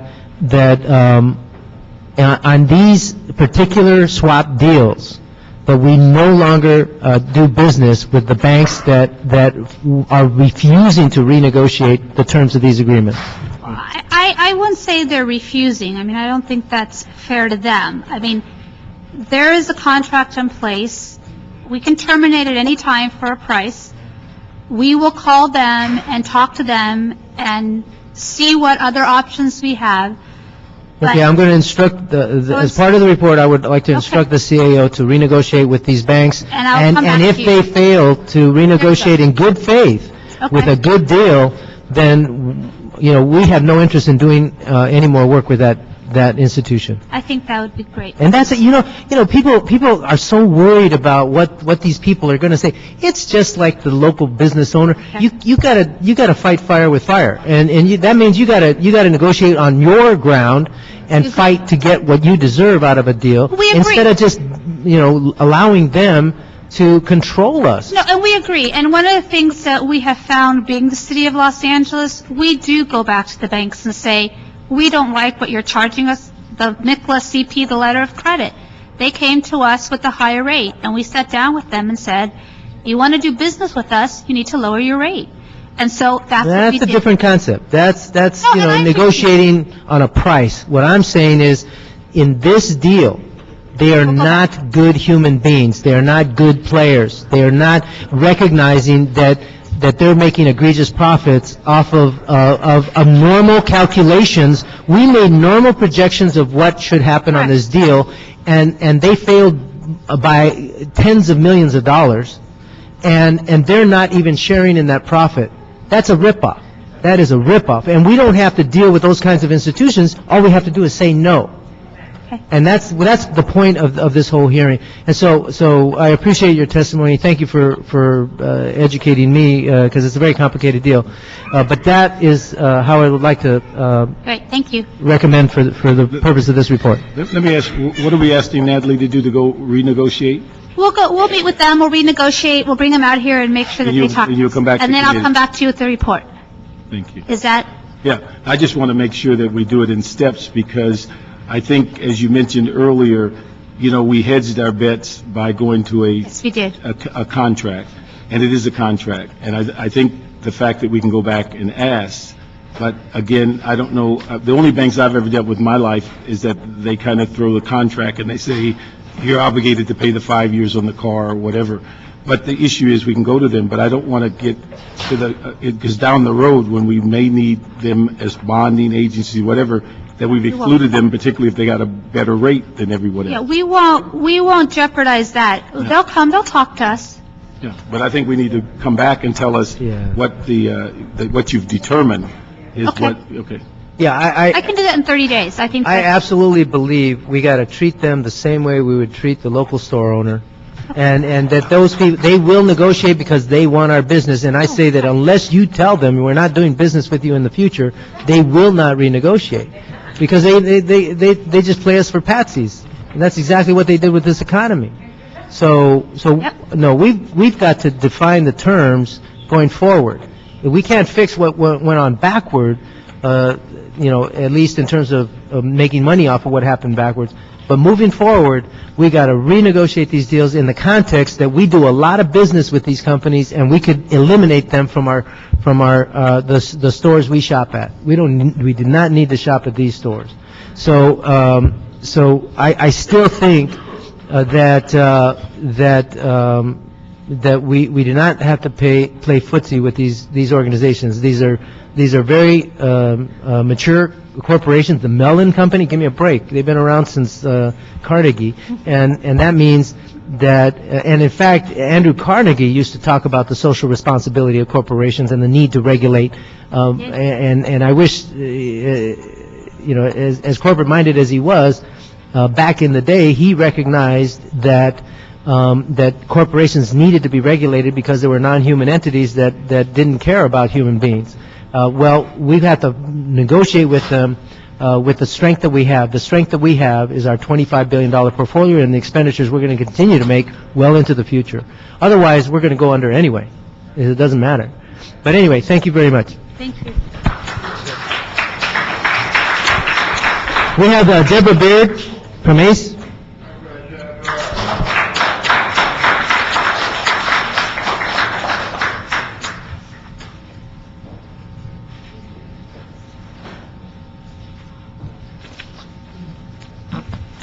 Good afternoon. My name is Deborah Beard, and I'm a foreclosure fighter and leader with the Alliance of Californians for Community Empowerment, a grassroots community organization here in Los Angeles, and we are here to halt foreclosures. I am here today in support of Councilmember Alicon's efforts to finally hold banks accountable to our community and city. I am a teacher's assistant with the Los Angeles County Office of Education's Sheriff's Leadership Academy, and my husband is a cook at St. Francis Medical Center. We have lived in our Watts home for over 20 years, and just last year, we received an eviction notice abruptly after our bank turned down our request for a modification. After a lot of fighting, we received a temporary modification under the Obama plan. However, like most families, once the temporary modification expired, the bank went back to their old ways of inflating payments and interest rates, and even refusing to talk to us or our counselor. This pattern is having a domino effect on our community and our city. When the banks do not act in good faith when loaning money and doing business with the city, we lose valuable city jobs. When the banks refuse to work with families like mine who do have income, the city will continue losing revenue from property taxes. As banks stop lending to businesses and homeowners in working class areas, we continue losing the ability for homeowners and others to borrow in order to build and to live. Just as the banks have clear rules that borrowers like us have to live by, It's time for the banks to start having a clear set of rules they play by that will help other people besides themselves, their bonuses, and their investors. We have been waiting for changes at the national level, and we have been waiting for changes at the state level. And all we have seen is more foreclosures, more vacant homes, more shady deals by the banks, and more pain. I believe that community and government must unite, and you, as city leaders, have the power to do something here today that has yet to be done. Make a real change for real people in a city in a real way now. Thank you.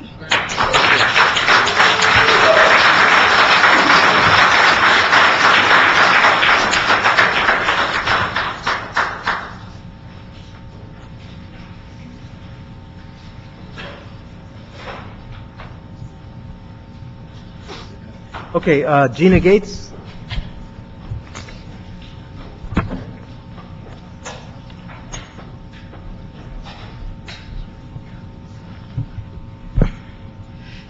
Good afternoon. My name is Gina Gates. I'm with PACT. We flew in from San Jose, California.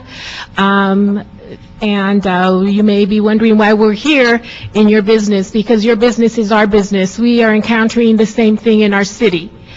I personally have gone through the ordeal of losing my home, negotiating with a bank, with good faith. Unfortunately for me, it was during the time that Washington Mutual was seized. I want to emphasize seized by its regulator and then turned over to JP Morgan Chase. So I know firsthand what it feels like to have your possessions taken away, or rather you having to put them away hastily, and I don't want anyone to have to deal with that. I have since united myself with PACT, People Acting in Community Together, and that is who has sent me here today. PACT represents 23 congregations in our area, 5,300 families.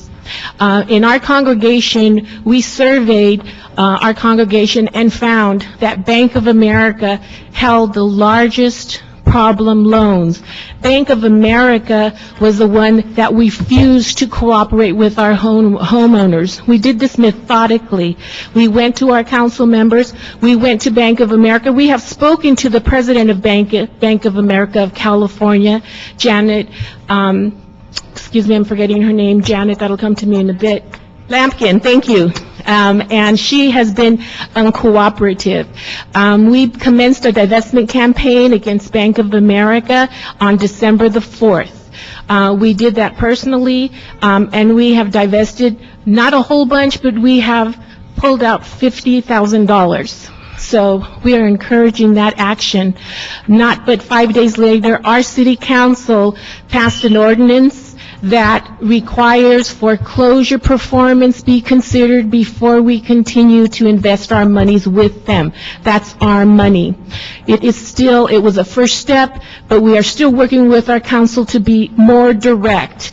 We are now looking with our council how we can get the funds out of the redevelopment agency.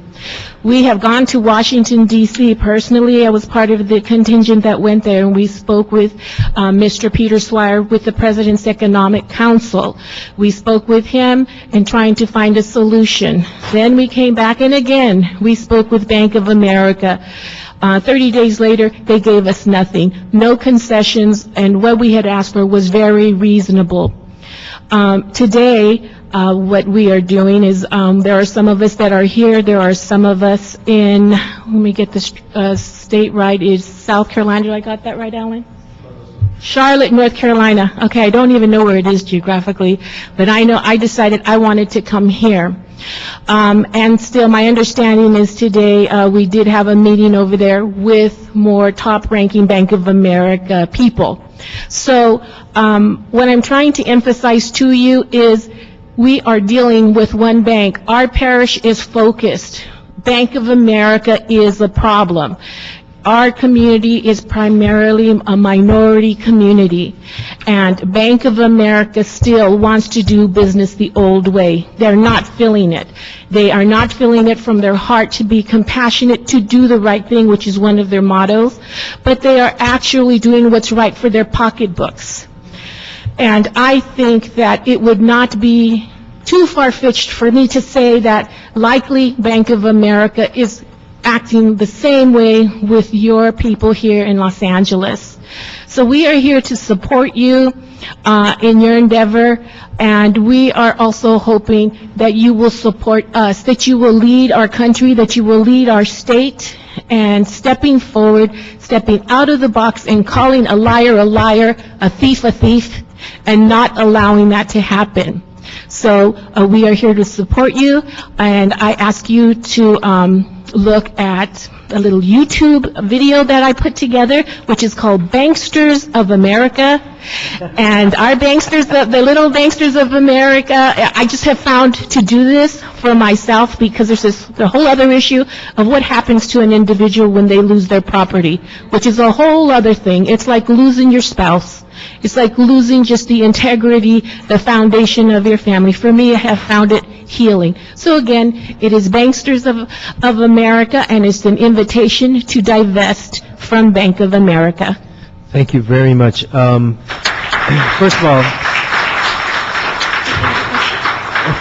of all, I want to thank you for coming all the way from San Jose into this small hearing to promote this. And let me say that these are thoughts that are not just coming from San Jose. They're coming from all over the nation. Mm-hmm. And the banking institutions will not respond respectfully unless this movement is national. We in Los Angeles have a large portfolio, $25 billion, so we can have some impact. But until more municipalities start taking action, like San Jose, or like the state of New Mexico, or like Philadelphia, and spread that word, we will not see the kind of responsibility. What I'd like to do is read into the record. I have this box. Hold on a second.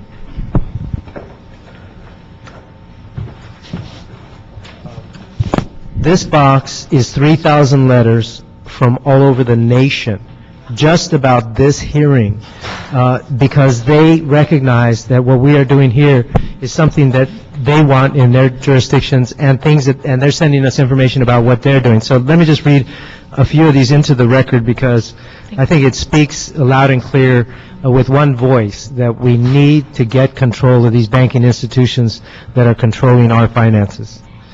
So first of all, Terry Olson, I don't know where he's from, but the zip code is 92028. To the members of the LA City Council, I'm writing in support of Councilmember Alarcon's proposed bill to set higher standards for the banks with which Los Angeles conducts business. I ask that you include this testimony in the written record. In tough economic times, taxpayers' money should not be spent on banks that are hurting our communities, squeezing small businesses, and ravaging critical state services. Please support this effort. The large Wall Street banks have done enough damage to both the city and citizens of L.A. Terry Olson.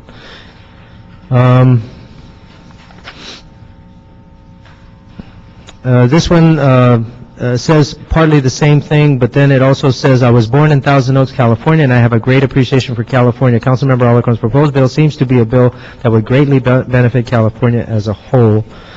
I am writing in support of Councilmember Alarcon's proposed bill. This is from 95816, zip code, area code, zip code. I am writing in support of Councilmember Alarcon's proposed bill to set higher standards for banks with which Los Angeles conducts business. I am elderly, retired with a limited income. I was on my way to paying off my credit card debt with Bank of America when they raised everyone's interest rate. Every spare dime went in to pay off my debt, but when the rates went up, it went over my head. Then they added on extra charges until it became impossible. Would they negotiate? No, not until I stopped paying altogether. After 70 years of excellent credit, you can imagine what my credit standing is now. After decades of loyalty to Bank of America, I closed my account. Do I care? No. Will I pay? Never.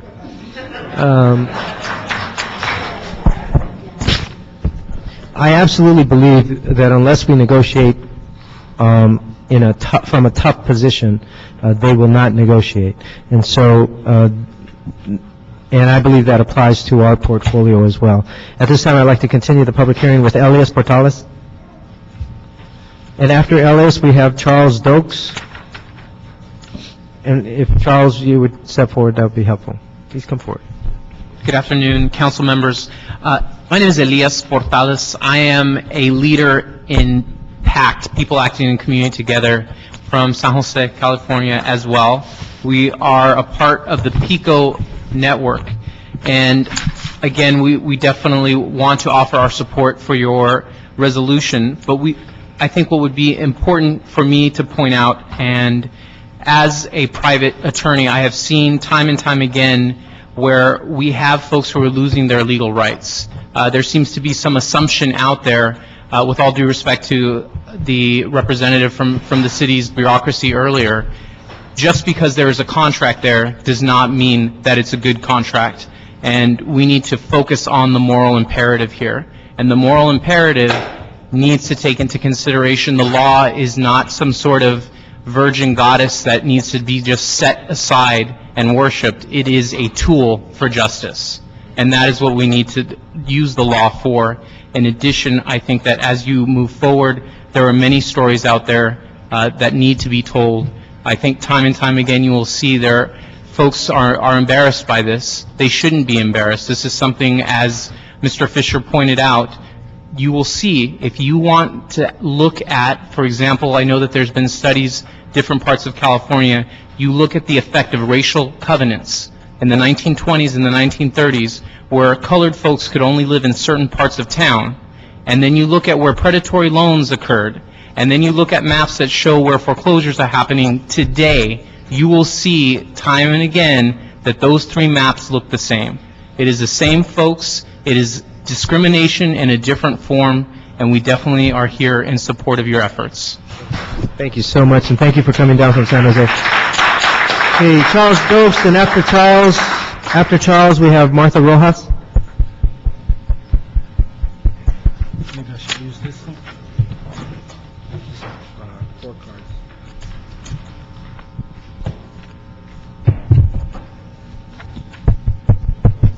Hello, can you hear me? Sure. Okay. The term the gentleman was looking for was called reverse redlining. That's what he spoke on about the blacks. You mentioned something earlier about, what should I say, derivatives. For those in the room who don't know, a derivative is nothing but a side bet. You own the New Orleans Saints, they're going to the Super Bowl, okay? I don't own the team. I can bet with a bookie on the score of the team whether the New Orleans Saints will beat the Baltimore Colts or the Indianapolis Colts. That's a side bet. The banks began to enter into that in 2000 when we removed the Glass-Steagall Act. So all it is a side bet. I'm going to respond to something your employee said earlier. I can't advise you, but I wouldn't engage in a swap or a derivative to save my life. Check with Procter & Gamble in 1996. The banks cleaned their clocks with swaps and derivatives. What I wanted to bring you was some information. In this information, for you and the gentleman here, I was told it was 3, but I only see 2. It will educate you. It's in chronological order. It will teach you about derivatives and side bets, and you will never touch them again. Okay? So if the officer here will give this to you. Thank you very much. One for you and one for Mr. Parks. Okay. Now, also, I would like, if you don't mind, to be able to give packages to those who are interested that will also educate them about the foreclosure process. I'm Rosie Martinez's sanitized, unfeeling analyst. She's an emotional person. I'm not. I gather information. I've been studying this since 1996. Okay. The city should promote community banks. The gentleman stated that earlier, not because of his agenda, but because community banks are the first ones on the ground to the people like us. Bankruptcy laws. The bankruptcy law voted on by Democrats and Republicans was killed, and that was the only legitimate way for people in America to get a modification on their home. Okay? You should consider suing the banks like the state attorneys and other people in other states like Florida, Connecticut, people like that have sued Goldman Sachs, Bank of America, and gotten refunds on that. For those in the room who don't understand about loan modification, there is no money to be made by the banks for modifying a loan. They make no money, so there's no incentive. Remember, I said I'm cold and indifferent. There's no incentive for me to help her with her loan. Yet, in a foreclosure process, I will make $56,000 for every $200,000 of market value of your house. Thus, I also break the contract with my investors that most people call it, but the proper term is not investors. The proper term is tranche holders. Those are the people that, when I chopped up your loan along with his, and sold it to the investors in Japan, the hedge fund managers and everybody else, they have a legal contract with me as Bank of America. So for me to modify her loan and reduce their principal, that was not in the original contract, so I'm not going to do it. Okay? Obama's president, Congress, whatever you call it, the plan they put in place to help the Americans modify the loan, since 2007, we've had 6 million houses to go into foreclosure. They've only been able to modify 70,000 loans, as the lady said, on a temporary basis. And it's going to get worse this year once the Alt-A's set into place, the option ons and other ones begin to take place. You will also lose a ton of revenue when this starts to take place at the city and the county. To help you also understand just how ludicrous derivatives and swaps are, right after the Glass-Steagall Act was killed and Obama took office, they found out that the banks had now put out on the market a swaps and derivative plan for the winter months to bet on, are you ready for this? To bet on how many hurricanes would hit America this year. I kid you not. You'll see it on the tape. One other thing I would like to say for most people who don't understand this, and I said I would love to pass out information to educate everybody, because if you don't understand your enemy, you won't know what to do with him. These are the things that people don't understand in this, and that's why I came today in order to distribute this information to help your people around you better understand what is happening to them. Thank you very much. I do want to just say that the next generation of assistance that we need from the federal government is action that will drive principal reduction in terms of modification. I believe the modifications, as even for those 70,000 that you mentioned, it doesn't put them right side up. They're still upside down, and we're going to have the fallout from those modifications in 5 to 8 years. And we're going to be back at square one. Unless we get into a mode of principal reduction, we are not going to solve these problems. So, but my contract doesn't allow me to allocate you principal reduction. Only a modification of the interest rate, only the loan, and only my monthly payment. I'm asking you to keep your eye on principal reduction, because that's the next generation. We've got to do something with that. Yes. We have a proposal here in my district, and we've met with the Obama administration, but I believe that there's an opening there. Because they recognize that the loan modifications are not going to be the be-all and save-all. That we've got to do principal reductions, or these people are going to continue to go bankrupt. Yes. But thank you. Yes, ma'am. Martha Rojas. Could I use this mic? Okay. Is this fine? Thank you, Mr. Alarcon. Thank you, Mr. Parker. My name is Martha Rojas. I am a member of SEIU and 721 Latino Caucus, and also I'm with the Labor Community Coalition Against Foreclosures. We are doing volunteer work with Hermandad Mexicana in Panorama City with Gloria Saucedo since 2008. We have seen how the banks are refusing to work with the homeowners, leaving them homeless and in the streets, affecting the whole family. In general, the children who we see that are suffering and crying in agony because they are being thrown out in the streets without their possessions. They end up sleeping in the cars for days and not being able to attend school. This is why we need to say enough to the banks. We need to tell these banks that they serve in our communities the same families who are being thrown out in the streets and forcing them to become homeless. We need to tell them, you want our business, you need to start modifying these loans, not putting these families in trial periods, and at the end denying the modification, and they end up getting evicted. The families are being affected by losing their homes and not having a place to stay. So the real estate agencies can take over these homes, and now they're being put in Section 8.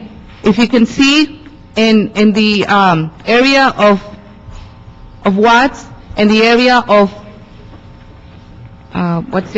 in Lancaster, we have houses that have been taken over by the real estate agencies, and they're becoming Section 8. What about the families who already have lost their homes?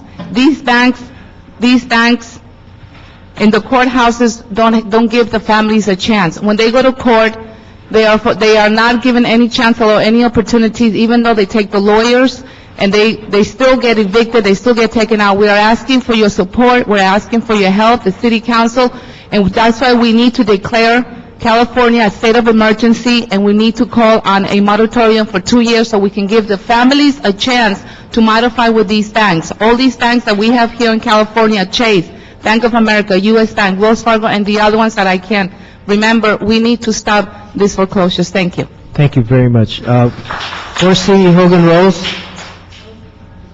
Forsey, you're next.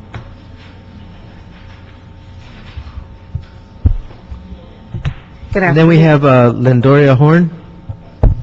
And, yeah, go ahead, Forsey. All right. Good afternoon, Councilmember Alarcon and Councilmember Parks. I am Forsey Hogan Rolls, President and CEO of Community Financial Resource Center. And the Jobs and Business Development Committee's work is so important to what's going on right now. We are a 17-year-old community development financial institution, a CDFI, that was started in partnership with the City of Los Angeles. It was through council action and the use of the Community Reinvestment Act that forced the banks 17 years ago to come together and create a partnership, a public-private partnership between the city, the banks, and the community.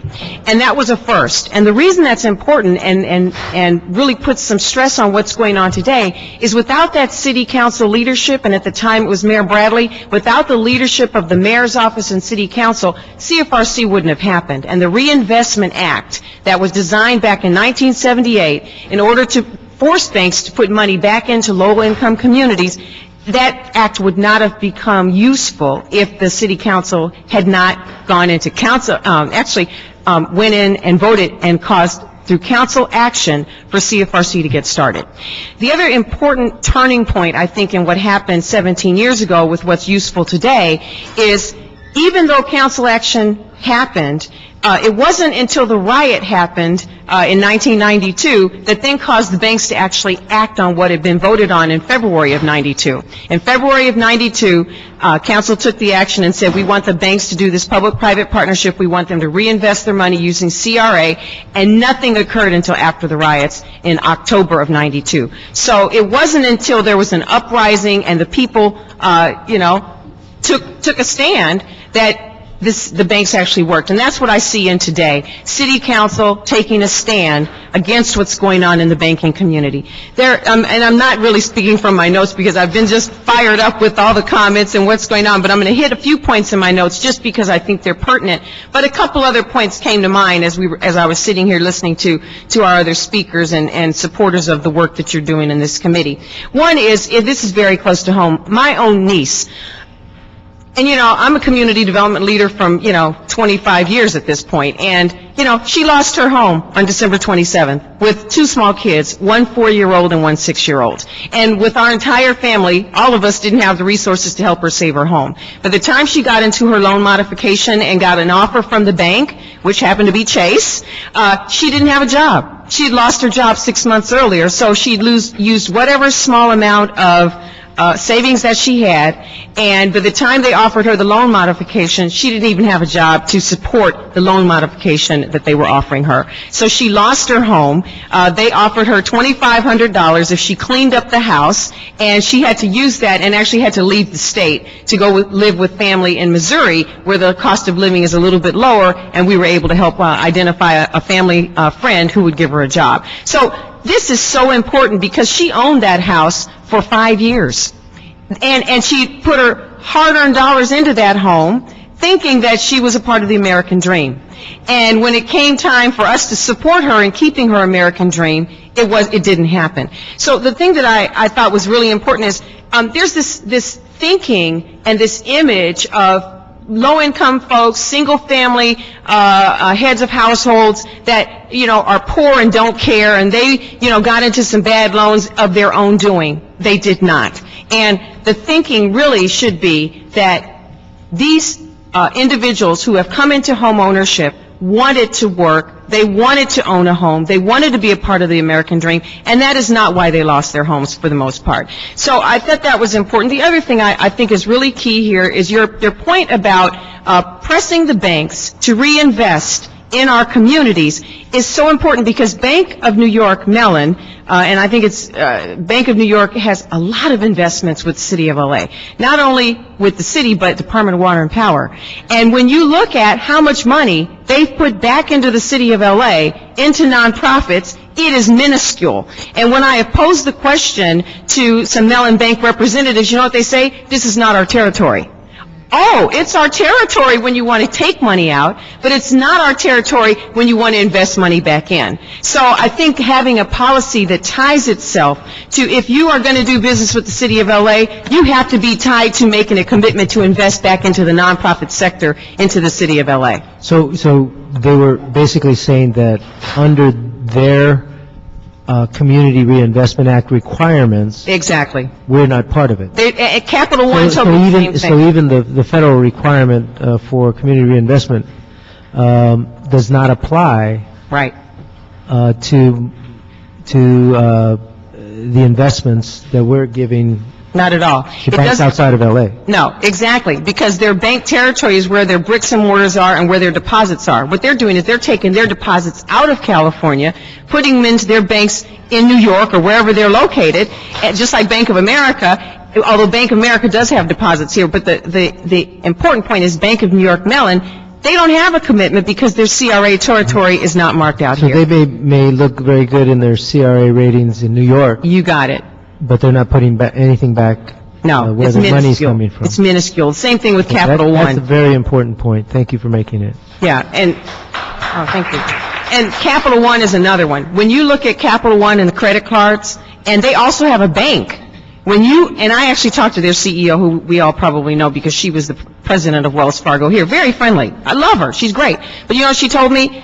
That's not our territory. We don't have any bricks and mortar or deposits in Southern California, so we're not going to put any money back into there. So even though Capital One, again, has a bank, has a lot of credit card holders here in Southern California, they are not obligated to put money back. So that's why I think a policy driven by this committee would make such an impact, not only locally but nationwide, to send that message that City of LA is not going to take it anymore. We're taking a stand, and we want that reinvestment to occur.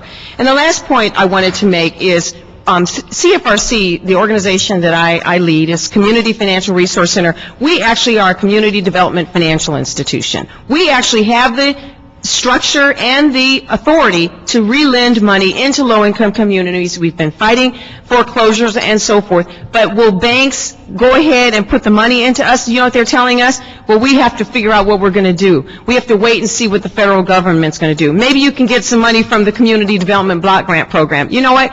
They have taken the money of our local residents through these mortgages and have benefited from that, and now don't want to put that money back into the community while they continue. Most of them are now posting quarterly profits. So I just urge you guys to continue the battle. I know it's not easy, but if the City of LA at this point would take the move to divestiture and cause the banks to understand that we're serious, I think you'll see some of the same successes that we saw when the state of California took the lead and divested in out of South Africa. I mean, that's the kind of steps that we have to take. Thank you very much, Forresty. I would like to work with you, being that you're a Department of Water and Power Commissioner. Yes. I would also like to see what we could do to get DWP to make the same kinds of responsible investments. Exactly, exactly. And a local bid preference for small businesses that do business here in L.A. Would be another area that I think if we can pull that off and tie some policies, then that's where we can see some reinvestment back into low-income communities. Well, thank you so much. And do that charge. Thank you very much. Wesley? I just want to make one announcement. Let me just say one thing before the crowd diminishes anymore. A company that we deal with on a regular basis, and they have been successful at reducing and modifying about 5,000 to 6,000 loans, and they have a monthly seminar where you can bring your paperwork in and they give you that advice. If anyone's interested, I can give you the name and number, and they're more than willing to help. And if you can share it, it's the Los Angeles Neighborhood Housing Service. NHS. It's at 3926 Wilshire Boulevard, Suite 200, and the phone number is 213-381-2862. If you want to go on their website, it's www.lanhs.org, and the director there is Lori Gay. So that's the most success we've seen in the community that actually is modifying loans on a regular basis.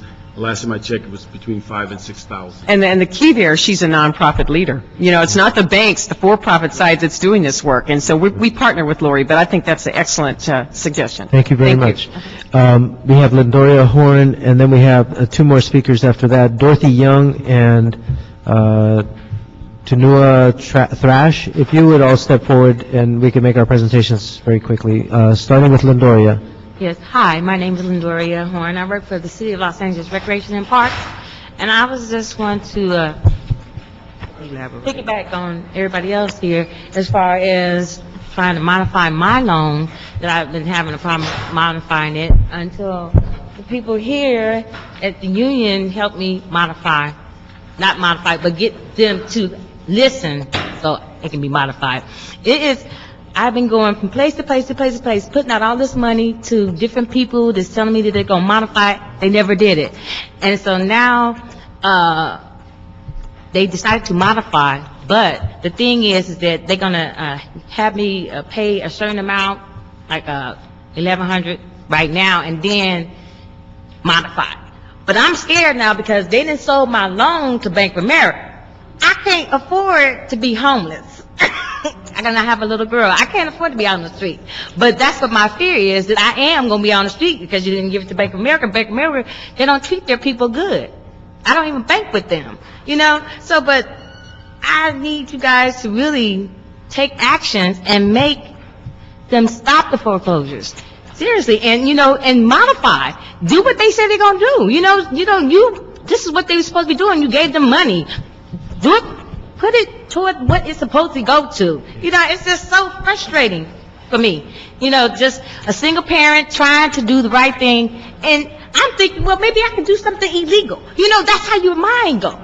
But you shouldn't, think that way. But it's rough. Thank you. Thank you, Linda. Thank you.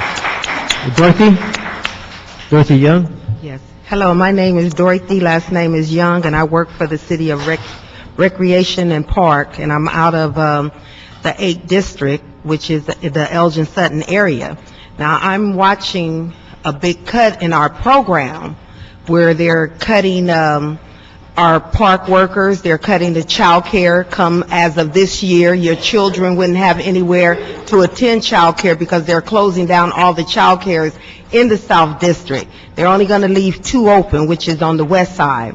And I'm also concerned about when we go in and out of these different places, the parks. Now we're getting so many homeless in the park area now in our district that it's getting kind of scary because the people have nowhere to go. So now they're camping out in the parks or on in the libraries, in the setting of the libraries. And this is getting real devastating in our community.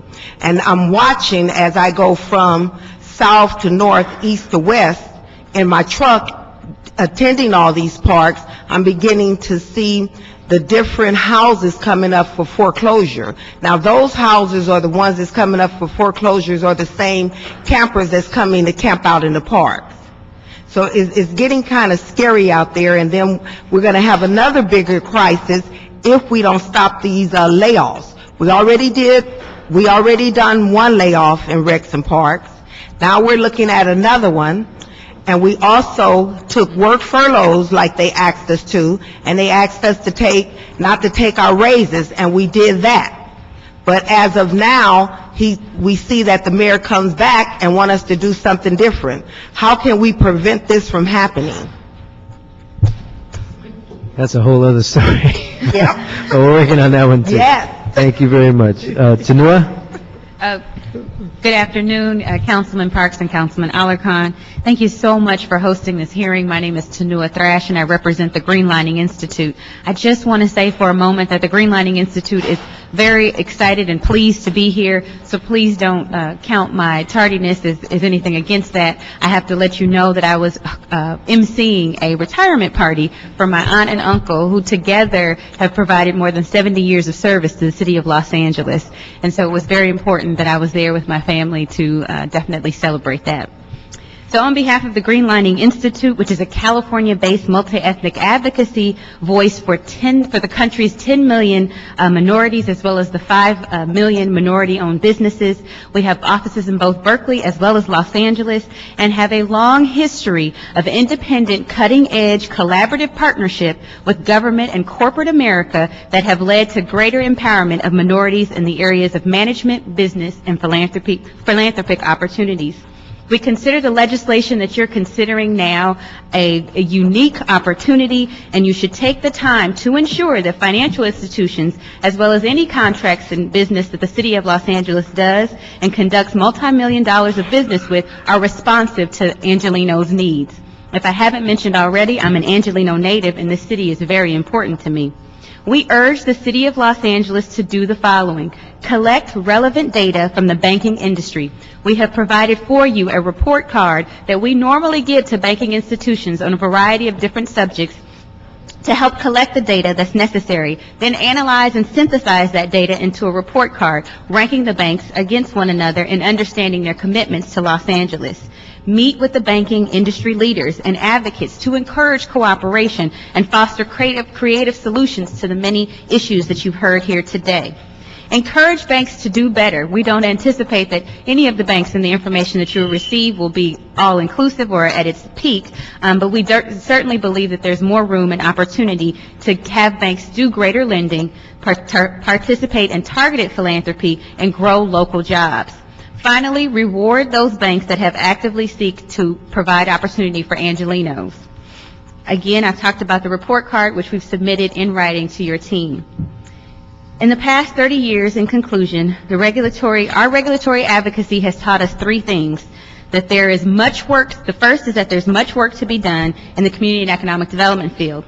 Over 25 million households in America do not have bank accounts. Even more alarming is that 80% of those persons are either black or Hispanic. Minorities are more likely to have predatory lending services in their communities. Payday lenders are nearly 8 times more concentrated in California's African American and Latino neighborhoods as compared to white neighborhoods, drawing from these communities more than $247 million each year. Second, regulation and targeted investment make a difference. Nearly 60% of the middle class's family's net wealth begins with their home and home ownership. Home ownership, as we've heard today, is the key to American wealth. Home equity constitutes the largest share of household net worth in the United States, accounting for 41% of net worth. So if our families don't own homes, they're not likely to have much net worth. And third, there will always be skeptics. I'm not surprised, or I would be surprised if there weren't banks who were certainly saying that this kind of policy would be detrimental for them. Banks are usually upset at first, but the most successful banks have come to recognize the opportunity to do more in underserved, underbanked, and asset-poor communities. They see the moral as well as financial good that comes from doing good, as reiterated by Richard Davis, the CEO of U.S. Bank, at the 2009 Greenlining Institute conference. So some may ask, do we want to see the LA Council move in the direction of the New Mexico State Legislature and divest from traditional large banks, moving all moving all of our financial assets to community and credit unions? While this may be a bold move that we congratulate the New Mexico State legislators on, we have some reservations about this strategy, and we at Greenlining would ask the following questions first. How can we encourage the banks to meet the needs of the consumers here in Los Angeles, and how can we make sure that they're creating jobs and opportunity here? And what other ways can we urge city major banks to invest and demonstrate a commitment to Los Angeles? Greenlining believes in bringing more resources to communities of color and believes that dialoguing with major corporations that the city does business with is an integral part of that goal. Through this testimony, though this testimony specifically focuses on the banking industry, we ask that you consider applying the same metric of responsibility for Los Angeles consumers to all companies that do business with the city, including cable, telecom, and IT firms. The question today is who will lead which bank in becoming the #1 bank in the city of Los Angeles responding to Angelenos? Thank you. Thank you very much. Okay, I want to be very clear on the actions that I would like to report out of this committee, and I would ask Mr. Parks if he would concur on these. If so, we could send a majority report. Very specifically, there are 3 actions that we have taken. One is to set a new establish a set of new standards for the City of Los Angeles banking relationships, essentially looking at the Philadelphia-style report card for banks measuring their community. The CAO has presented a report that we have modified a little bit based on, did I get that wrong? The CLA? I'm sorry, the CLA, yeah. What did I say, CAO? Okay, sorry about that. The CLA has presented a report that we are modifying in minor ways that establishes essentially the report card that we're speaking of, and the idea would be to send that on to council for approval. It would include consideration of the number and types of home loans and small business loans, lending in the local community, but it also expands to look at issues of access, services rendered to local communities, any issues of civil or criminal histories of these banks, their no pattern of discrimination, et cetera, et cetera. So I want to thank the CLA for what I think is a very good report in concert with some of the things that we're throwing in that we want to include. Secondly, we're mandating that a system of annual review, that the treasurer will assign a community reinvestment score for each financial institution and will publish it and present it to the council on an annual basis. The treasurer will rank order the financial institutions in the order of community responsibility, and contracting preference will be given to financial institutions that perform in the top 2 deciles. Favored consideration for those in the top 2 deciles, possible divestment for those at the bottom of the list. Bottom line, reporting requirements will favor relationships with banks that reinvest in and are responsive to Los Angeles. Thirdly, we are incorporating into the report to ask banks, in this case to instruct the CAO to attempt to renegotiate the current swap deals with those institutions, and should they not be willing to renegotiate, then we should exclude them from any future business from the City of Los Angeles, and that direction would go to the CAO and to the city treasurer. Fourthly, along with this, these 3 actions, I believe we should add instructions to request the pension systems, the Department of Water and Power, the Police and Fire, and city pension system, as well as the proprietary departments that have investment vehicles of their own, which we do not have full authority over. I believe. Is that correct? Correct. So we would also ask them to develop the same kinds of tools, scoring, that we are taking action on. Can I get your... I think I agree on everything, and I think I just want to make sure we're adopting the CLA's report. Yes. The only alteration I'd have is on the item in which CEO is looking at the swaps. They come back and tell us what they've determined and what the legal ramifications are before we give them direction to exclude them to future business. Okay, I have no problem with that. That's actually good. Thank you very much. Okay, so... If I can make one Yes. request, it was my omission. I forgot to include a deadline for the preparation of the ordinance. I don't Thank know what you. the pleasure is of the chair. What would be an appropriate deadline? My concern is that the budget deliberations will start in 60 days, so something less than that would be recommended. Okay, then we would ask for 45 days to have an ordinance prepared. We would make that request of the city attorney as well, as included in this report. Adam, my staff will be available to you to help you prepare this report. It's a little bit complicated, but I know you got it all, but I just want to let you know that we're available to help you on some of the specifics.